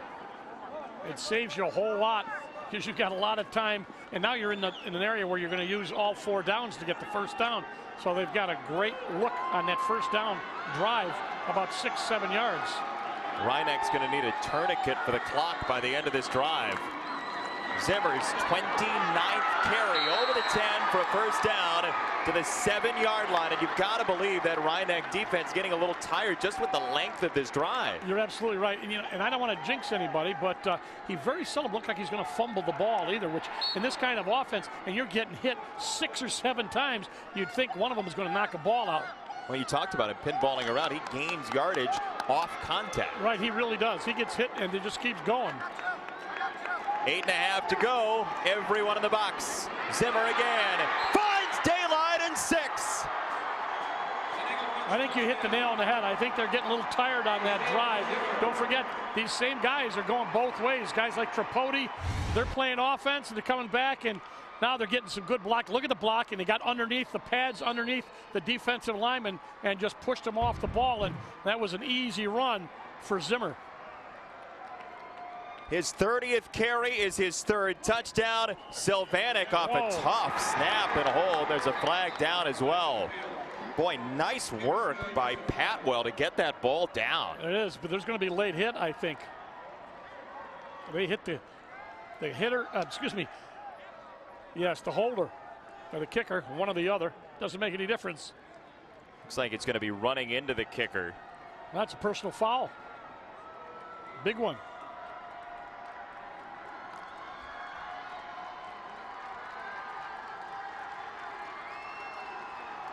Dave Hogan says we'll take it on the kickoff. Thank you very much. This is a big one. This could be a good thing for field position. See where Reinek gets it. Isaiah Zimmer, the workhorse for Chenango Forks, has 75% of the offense. Back to the Carrier Dome. Isaiah Zimmer came into the ball game nearing 2,000 yards for the season. He needed a $121. He's well over that today.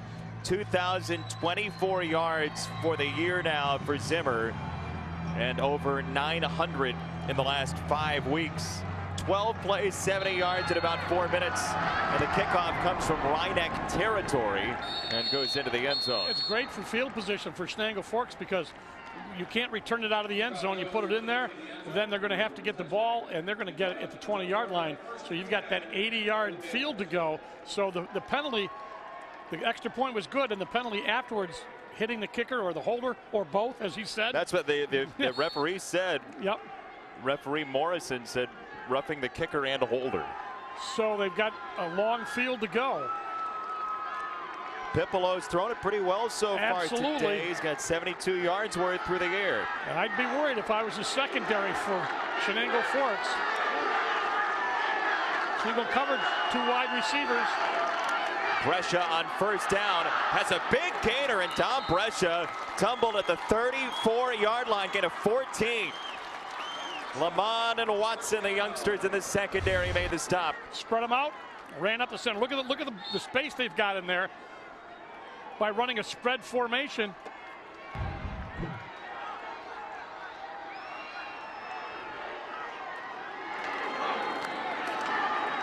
First down on the ground again, just a couple that time. Ryan Bronson in on the stop of Cueto.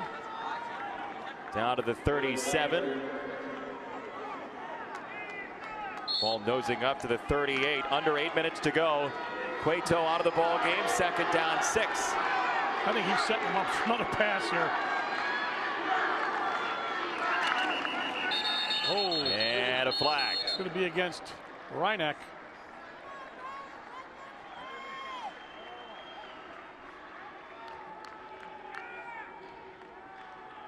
If Reinach has to punt the ball on this drive, they may not get it back, those Panthers.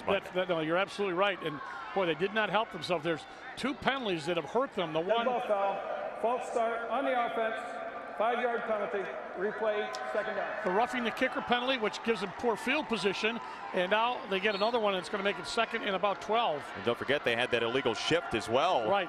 Part of a 7 penalty day that wiped out a 69-yard touchdown pass earlier on. Inside handoff. They go with the counter and played perfectly. Sevian on the run, and just a yard, maybe 2. Hunter Lively along with Ryan Bronson, the 2 linebackers in this 5-2 set with the stop. And now third down, they've got to get to the 44. It's 3rd and 8.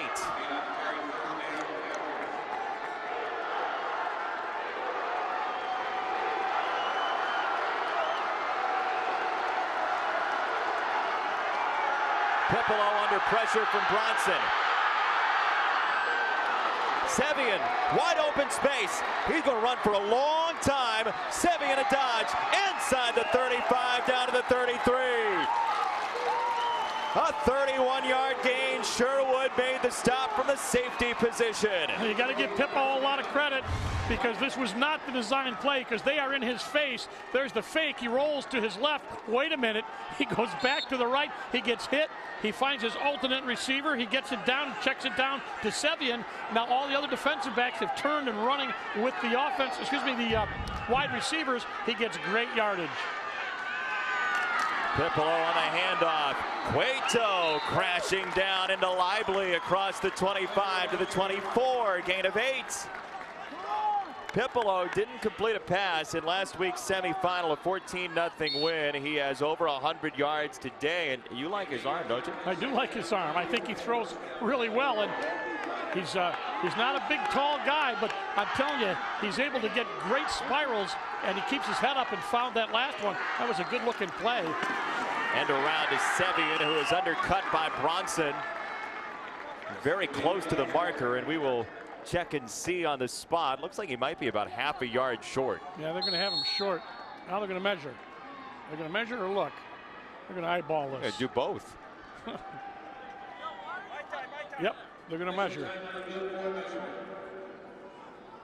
Suddenly, we're talking about a 1-possession game that might be coming down to Reinach's final possession here, with the way Chenango Forks can knock down the clock. Absolutely, and we're looking now at a crucial first down. I think it's going to be a first down. Nope, it's going to be about a football short.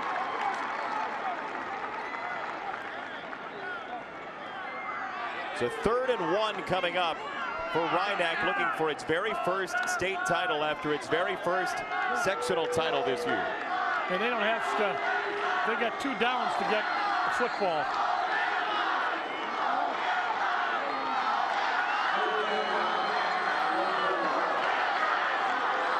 Should be allowed if you put one in the end zone, right? Pass. Clock moving. Pipolo under center. Calvini with some space, and he's dropped inside the 15 by Sherwood. First down, Rhineck. That opens your options too for the pass game. You had to get the first down. Get the first down. Now we can do a lot of different things. Just an inside handoff again. Good blocking up front by the offensive line, and first back through to block and gave him good yardage as Calvini also very busy. He's got a receiving touchdown today, his only catch. Brescia up the middle, and he is shoved straight on back. Sylvanik was in there with Lively, and second down coming up. Nice surge from Chenango Forks. Yeah, 55 surrendered to also get off the block. Right there, he got off the block. Both the inside men got off their blocks, and that's what happens when you get off a block like that. You get a little bit of penetration, and Lively also there. Under 5 to go, 2nd and 7. Like some movement. Cueto on the run, just diving across the 10 to maybe the 9 to set up a third down at about 5. Ooh, this is getting exciting. This is these are big plays now, because you said the clock, we're down to 4.5 minutes. Neither team, I should say both teams, can take a lot of time off the clock. We're talking just 2 drives in this fourth quarter so far. Third down, 5. Brescia the back. Calvini on the pitch. He wants to throw, and it's short. Looking for Vail. It is 4th down. They had that one pretty well diagnosed. The pass wasn't very good, but he was well covered. Watch. They think they're going to maybe mess him up, but he didn't sell the run at all. And you see that they had it pretty well covered. They had 2 guys bracketing the receiver. That was 37, Rickard. So now a crucial 4th down. 4:08 to go.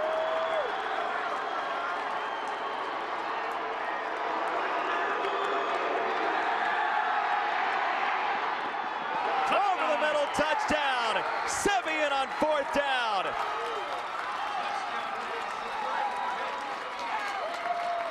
I'll tell you, I like the way he throws the ball, because he also is being chased.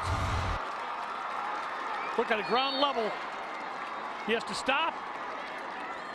Perfect pass. Nice job by Piplo, and a good job by the receiver there, Sevian, to get open as he cut right across the formation.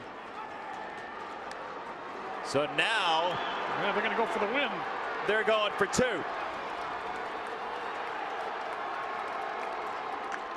On the handoff, Cueto is stopped.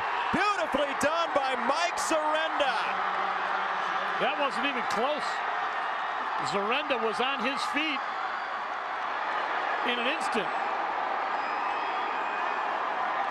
Wow. Big play by number 55, Zarenda. Let's see where he comes from. He just shot the gap. He just shot across the inside head of the offensive lineman through the gap and got him by both feet. Mike Zarenda may have done the trick for the Blue Devils. We'll see if the onside kick comes next.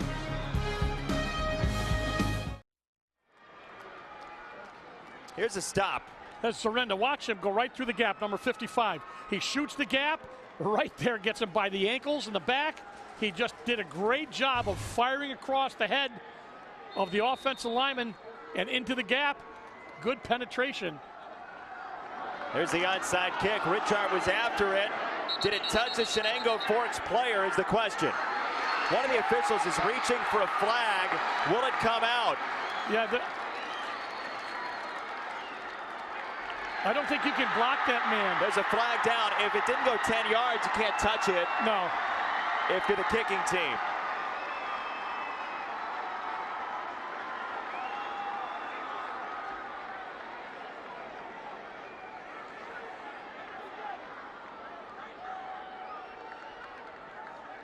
Here's a look. Nice hop. Oh, see, you can't. Well, the ball, first of all, hit a Rhinebeck player before 10 yards. Right. And there's the illegal block as well. Right, yeah. You can't go do both that. ways. Yeah, you can't do that.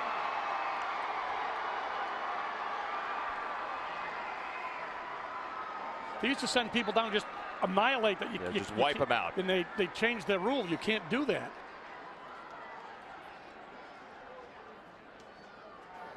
Illegal block within the 10-yard zone on the kicking team. 10-yard penalty, re-kick.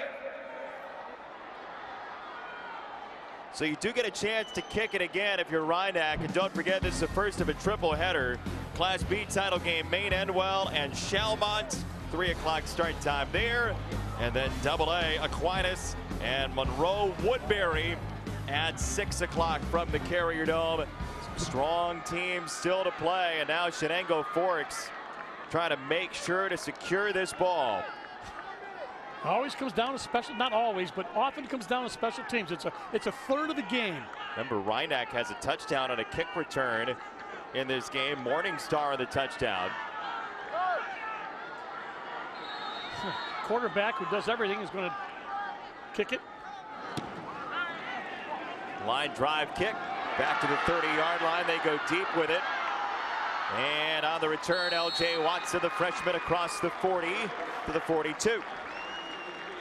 Jake Pacella, the senior captain, with the stop. Now it's incumbent, obviously, upon Rhinebeck's defense, because there's only 3:55 left. And as you said, that's nothing for Chenango Forks to take 3 minutes and 55 seconds off the clock. But can they do it? That's the question, because it's crunch time. They've done it before. This is the time you have to do it. Can only give up maybe 1-2 first downs if you want to get the ball back. 2 timeouts left for the Black Hats. Up the middle, and that's a good start for the Rhinebeck defense. Zimmer stonewalled by Jack Myers. Yeah, you're right. It's a good start. Before, they were getting 4 or 5 yards on that first down, which made it a lot easier.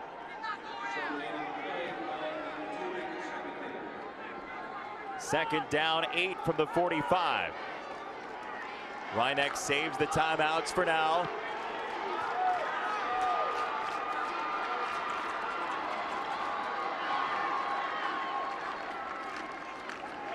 Zimmer on the carry, this time a good gain. Cueto in on the stop right at midfield. Oh, another flag.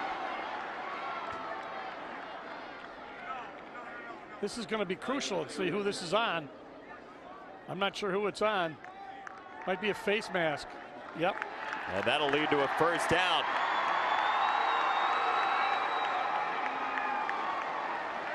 You know, it gets frustrating when you see so many penalties called on you, but you have to believe that they're not making them up.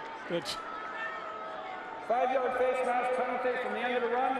Our result is 5 yards and a first down. They've had a couple of those. That's their 9th penalty. 75 yards in penalties. Only 3 for the Forks.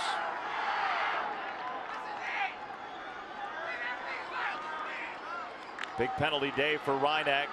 Trying to get a stop here. 3 minutes to go. Now they'll have to start thinking about using the timeouts. They're going to rip the ball, too. Sweeney and Zimmer together go down. Sweeney kept the ball. Three guys tackled Zimmer, and Sweeney had the ball. He got about 3 yards. Timeout number 2 for Rhinebeck. 2:46 to go. And now you're in a position for Rhinebeck that you've almost got to have to stop right here. If Chenango Forks gets 1 more first down, then you're talking about getting the ball back with something like 30 seconds to go. And then putting the cart well before the horse. You might think about letting them score at some point, right? No, you're right. I agree with you. You're laughing. You don't like the hypotheticals, No, which we're too far ahead for you. I understand. No, I'm reminded of what happened yesterday in the Syracuse game, and they were talking to Coach Schaefer, and he said, it's not the way we do things. So, but I understand what you're saying. Sometimes it's the right play. Yeah. I mean, if you're out of timeouts Yeah. and they can get a first down, then maybe you just let the C part and get the ball back down 8. When I coached, I had the headset on, and the guy up in the booth said, tell everybody to lay down and let them score. They had headsets when you coached? Well, yes, they were crude, but they semaphores. Timeout, Rhinebeck, 1 left. 2:46 to play on a 2nd down 7 for Chenango Forks. Zimmer, couple of yards to the 38. Going to be about 2 yards short, a yard and a half short. Yeah, about a yard and a half short. See, now here's the time. You're going to throw the pass? No, but not that off the beaten path, but here's the time with no timeouts left. Chenango Forks typically gets 2 yards in its sleep on 2 downs. Right. Here's the point where you might think about letting them score.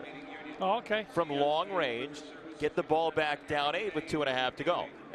Because they get 2 yards here, we're talking 75 seconds off the clock on the next set of downs. Who knows? You're right. I mean, there's people have discussed that, especially in the NFL, when people would run down and stop before they scored and lay down at the 1 yard line. Greg Robinson did it as a defensive coordinator in the Super Bowl. Yep. And he's still highly thought of around Syracuse.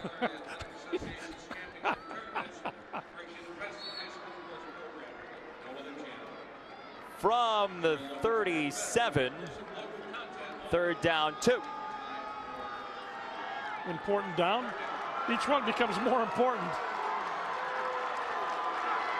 Blitz. He's not going. Wow. Talk about your second effort. How about the surge? Zimmer to the 35. I was about to say he wasn't going anywhere. And he went somewhere. He did went somewhere. He went.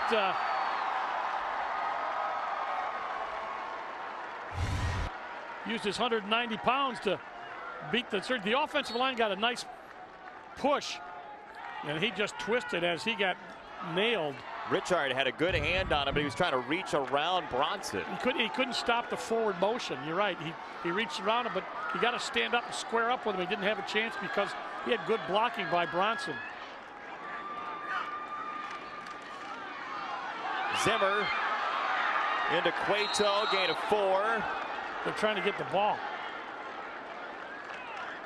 as they should. And he was sitting on the ground trying to protect it while they were trying to rip it out of his hands. Under 2 minutes to go. He kind of a little bit like Jim Brown. He just gets back up, just gets back up, goes to the huddle, give me back the ball. Keep going. Yep.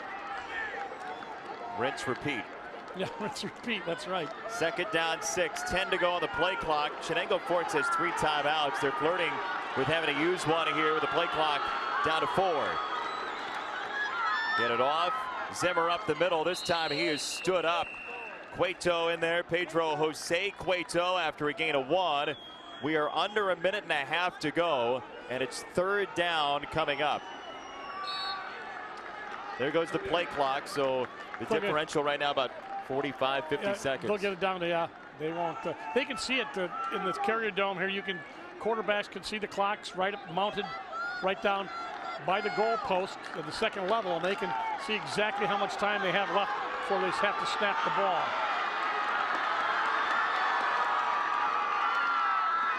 Zimmer keeps his feet, and he's down to the 27. So now, with 45 seconds to go, the play clock still has yet to start. Down to 40 seconds, the play clock's not going, and now there it goes with 13 seconds the differential. Against a guy who's only had 1 run for a loss all game on 37 carries. It's a 4th down and 2 for the season for Chenango Forks. This is his 38th carry. Well, I presuppose.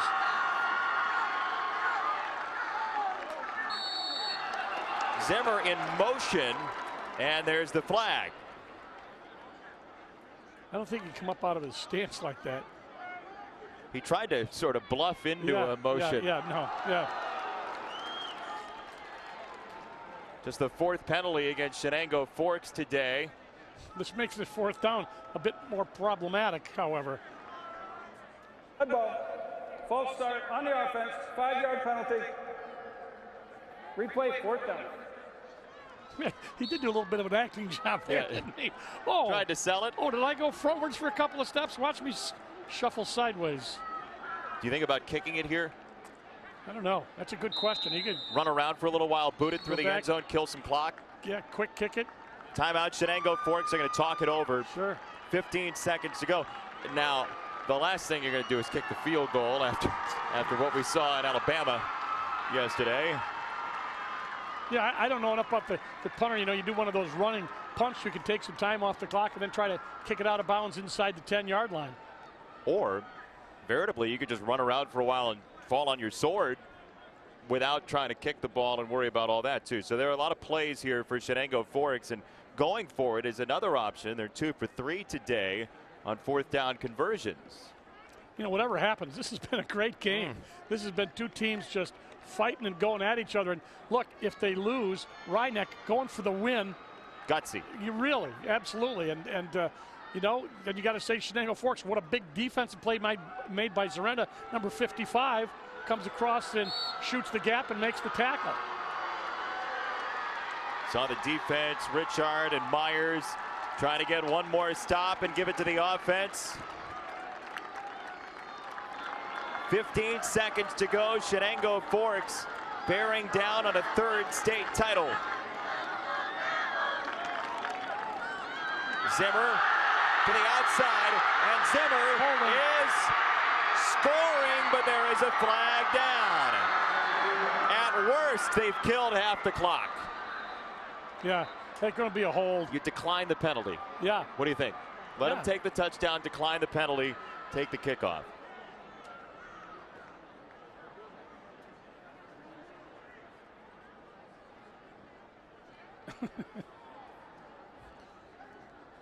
This has been an interesting game for the officials. They had that block on the onside kick. The onside kick, right? I'm sorry, the onside kick. Oh, those are offsetting penalties. Replay it. So they're going to replay the down, and that plays definitely into Chenango Forks' hands. Yeah, because they took, as you said, 8 seconds off the clock. You know, you could almost make the argument that in the rule book, in something like that, offsetting penalties, you should reset the clock to where it was previously. Let's see. There were 2 fouls on the play. Blocking below the waist on the offense. Personal foul on the defense during the play.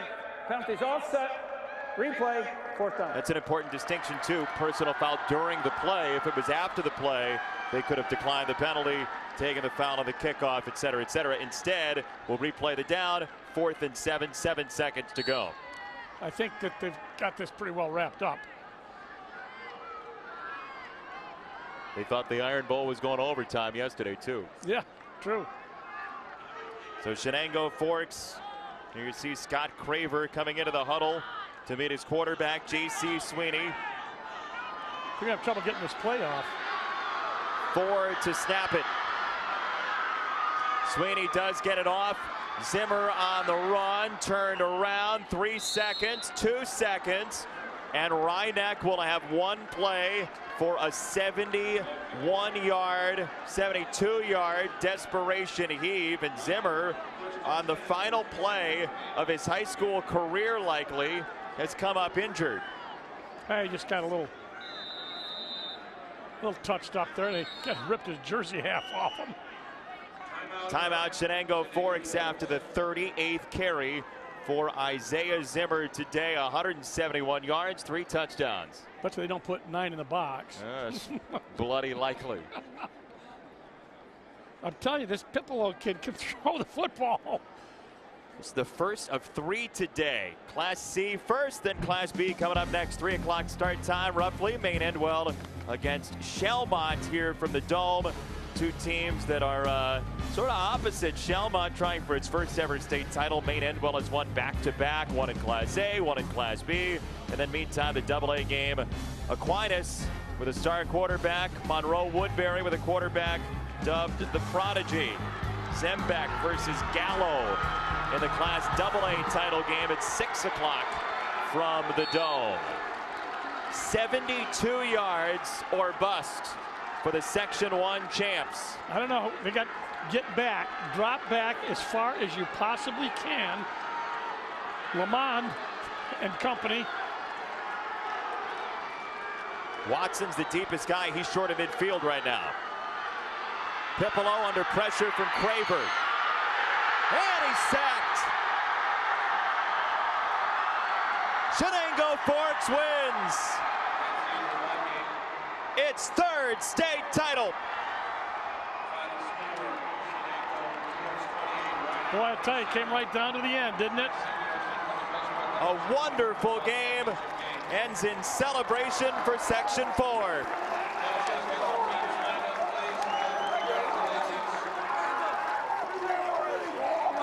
How about that performance by Chenango Forks and Zimmer? But look at Pipolo and his team, how well they played and how close they made this game.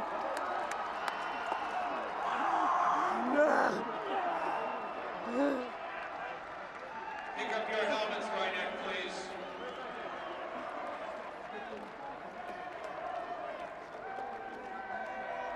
A day to remember for Chenango Forks.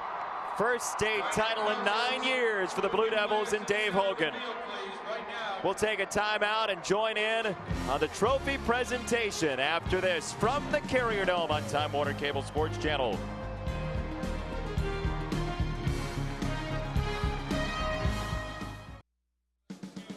28-27, Chenango Forks, a nail-biting win over Rynek, and we join in on the celebration and trophy presentation with our public address announcer, the voice of New York State football, Gary Samalski. The following people will be presenting awards this afternoon. Mr. Bob Stuhlmaker, the Assistant Director of the New York State Public High School Athletic Association. Mr. Stephen Broadwell, the First Vice President of New York State Public High School Athletic Association. Mr. Dick Cerrone, the Chairman of New York State Football. Mr. Don Santini, representing the New York State Football Coaches Association. And Mr. Vito DeBellis, representing Section 1 Football. The first presentation will be the New York State runner-up silver plaque, certificates, and medallions to head coach Nick Iannello of the Rynek Panthers.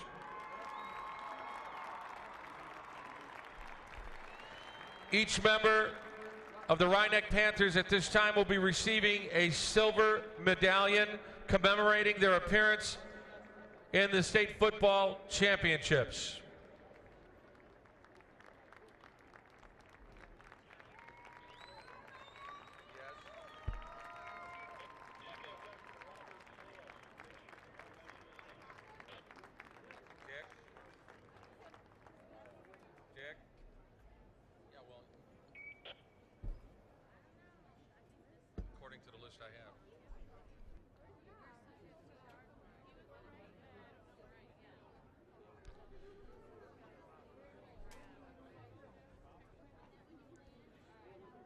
The next presentation will be the New York State Gold Plaque, certificates, and medallions to head coach Dave Hogan of the Chenango Forks Blue Devils.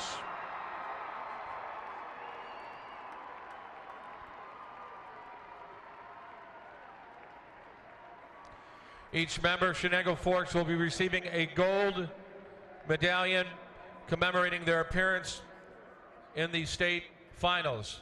Also, the head coaches of both teams will be presented with pullover windbreaker jackets for their entire team, commemorating their appearance. These jackets are sponsored by the Rawlings Company. The coaches will also be presented with a white signature football for their school's trophy case. The New York State Championship Football Committee would like to thank and recognize the Rawlings Company for their continued support of New York State Championship football. Also joining us on the field for the awards presentation, Dr. Robert Zayas, the President and Executive Director of the New York State Public High School Athletic Association. The New York State Athletic Association thanks the New York State Football Coaches Association for its support of 2013 football championships. As the official sponsor of this weekend's Sportsmanship Award, a special plaque and t-shirt will be awarded to one member of each team at this time. The Sportsmanship Award winner from Chenango Forks, number 22, Sean Miller.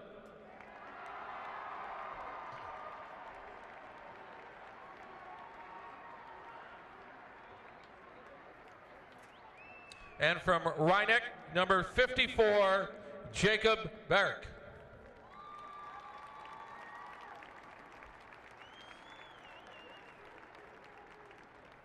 Ladies and gentlemen, the New York State Football Coaches Association is proud to sponsor the following awards that are given to the outstanding defensive lineman and defensive back of the game, the outstanding offensive lineman and offensive back of the game, and the game's most valuable players. The defensive awards first. The most outstanding defensive lineman of today's championship game, from Rhineck, number 52, Pedro J. Cuero.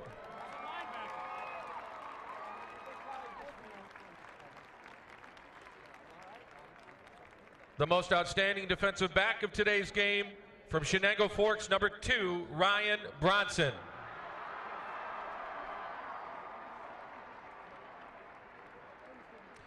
And now for the offensive awards, the most outstanding offensive lineman in today's game, from Rhineck, number 58, Jake Fusella.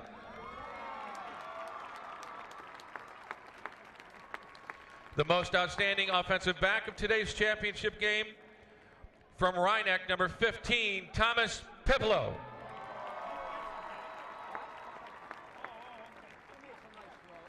And the most coveted award is that being the most valuable player award. The most valuable player of today's Class C championship game, from Chenango Forks, number 45, Isaiah Zimmer. Ladies and gentlemen, on behalf of the New York State Public High School Athletic Association Football Championships presented by the American Dairy Association and Dairy Council, I thank you for attending today's championship football game. We appreciate your support. We offer sincere congratulations to the Rhineck Panthers on a great season and for making it to the Class C state championship game. You have a lot to be proud of. And to the Chenango Forks Blue Devils and their fans, congratulations. Chenango Forks gets the victory, 28-27, outgaining Rhineck on the ground, 230 to 143. The passing game was not enough. The penalties certainly hurt. Yeah, penalties did hurt, but you know, I got to give Rhineck the nod because of the fact that they went for the 2 points, went for the win. Yeah, it could have been an overtime. I give them a lot of credit, but it battled right down to the end, and Chenango Forks just had a little bit more than Rhineck. So Forks gets that third state title, first in 9 seasons. Dave Hogan, the head coach, gets the victory, and his Blue Devils team rode Isaiah Zimmer into the end zone 3 times in this game. Yeah, the kid is super tough, and he did a great job. Offensive line obviously helped him out in his blocking backs, but that's a kid who never seemed to get tired, and they used him like that through the entire playoff, and he's a known quantity and still produced every time they asked him to. So Chenango Forks out of Section 4 trying to make it now back-to-back Section 4 championships, with Maine Endwell coming up in our second game of the Class B title game to take on Shelmont. Final score 28-27 for the Blue Devils. Say about our players of the game, brought to you by McDonald's. I'm loving it. Tom Pipolo had a nice game on the offensive side for Rhineck. There's one of his touchdown passes. That one went to Calvini on the throwback, but Isaiah Zimmer was just too much. Over 170 yards, 2,000 for the season for Zimmer, and he is downstairs on the Carrier Dome turf with Danny Liebkin. Thanks very much, Jason. Fabulous game. I see you a little bit hobbled there. Big load on your shoulders today. What was it like in the fourth quarter, the game on the line and ball in your hands? What was going through your mind as you guys bear down that final drive? It was intense. My linemen did a great job getting the blocks, and I knew I had to run hard to get those first downs to seal this game. Well, it was a hard-fought challenge. I had a chance to speak with your dad in the third quarter here, and what's it been like for you? You grew up, you had a chance to play for your dad, now with Coach Hogan, and you end your career here at Forks with a state title. What's that been like for you? I've been taking every word that my dad had given me all through the Pee Wee years, and listen to all my coaches, every tip that I can get, and I just apply them to the game. Congratulations. Go enjoy it with the guys. Thank you. Coach, what a game. I mean, best game we've seen this week. Tell me what the difference was there in that fourth quarter. Just a remarkable effort, especially the 2-point conversion, that defensive effort. You don't like to measure a game on one play, but that one play really helped vault you to victory. Yeah, no doubt. That was the play right now. They had a lot of momentum and stuff, and that was a huge play. First half, it was an offensive, both teams back and forth, put up a lot of points. how was the defense able to really take charge in the second half? You really only gave up one score there. What was the difference between this first half and the second half defensively for you guys? I think a lot of times it takes a little while for defenses to figure things out, and that's probably what happened on both sides of the ball. Really for us, our biggest thing was getting those first downs at the end when we needed to. Well, you're from a proud community. School's been here before, but it's been a little while. Now you've got another state title to add to the trophy case. What's it like to restore order, so to speak, back to Forks? Words cannot describe how elated we are. We are so happy, so happy. Great group of kids, too. Coach, congratulations. Go enjoy. Thank you very much. Jason. Danny, thank you, and thanks to Dave Hogan for spending some time as well. 28-27 your final score, and the wing T from Section 4 does it by a hair. Lots of excitement and some great passing, and I tell you what, both teams really acquitted themselves very, very well, and unfortunately somebody had to lose, and Forks won and Rhinebeck lost, but boy, it was a great football game. Credit Rhinebeck for its first ever sectional title and came within a couple of feet of a state championship. The Panthers and Blue Devils crossed swords, and boy, did we have a good one in the Class C title game. Chenango Forks, a 1-point victory over Rhinebeck. Coming up in game number 2, the Class B title game, Shelmont Sabres against Maine Endwell Spartans. Then Class AA will follow that at 6 o'clock. Step aside for now. Come back for Danny Leadcup, for Dale Drypolcher, for our entire crew. I'm Jason Benetti saying good day for now from the Dome. Chenango Forks crowned again for the 3rd time state champions from the Southern Tier. You watched it right here on Time Warner Cable Sports Channel.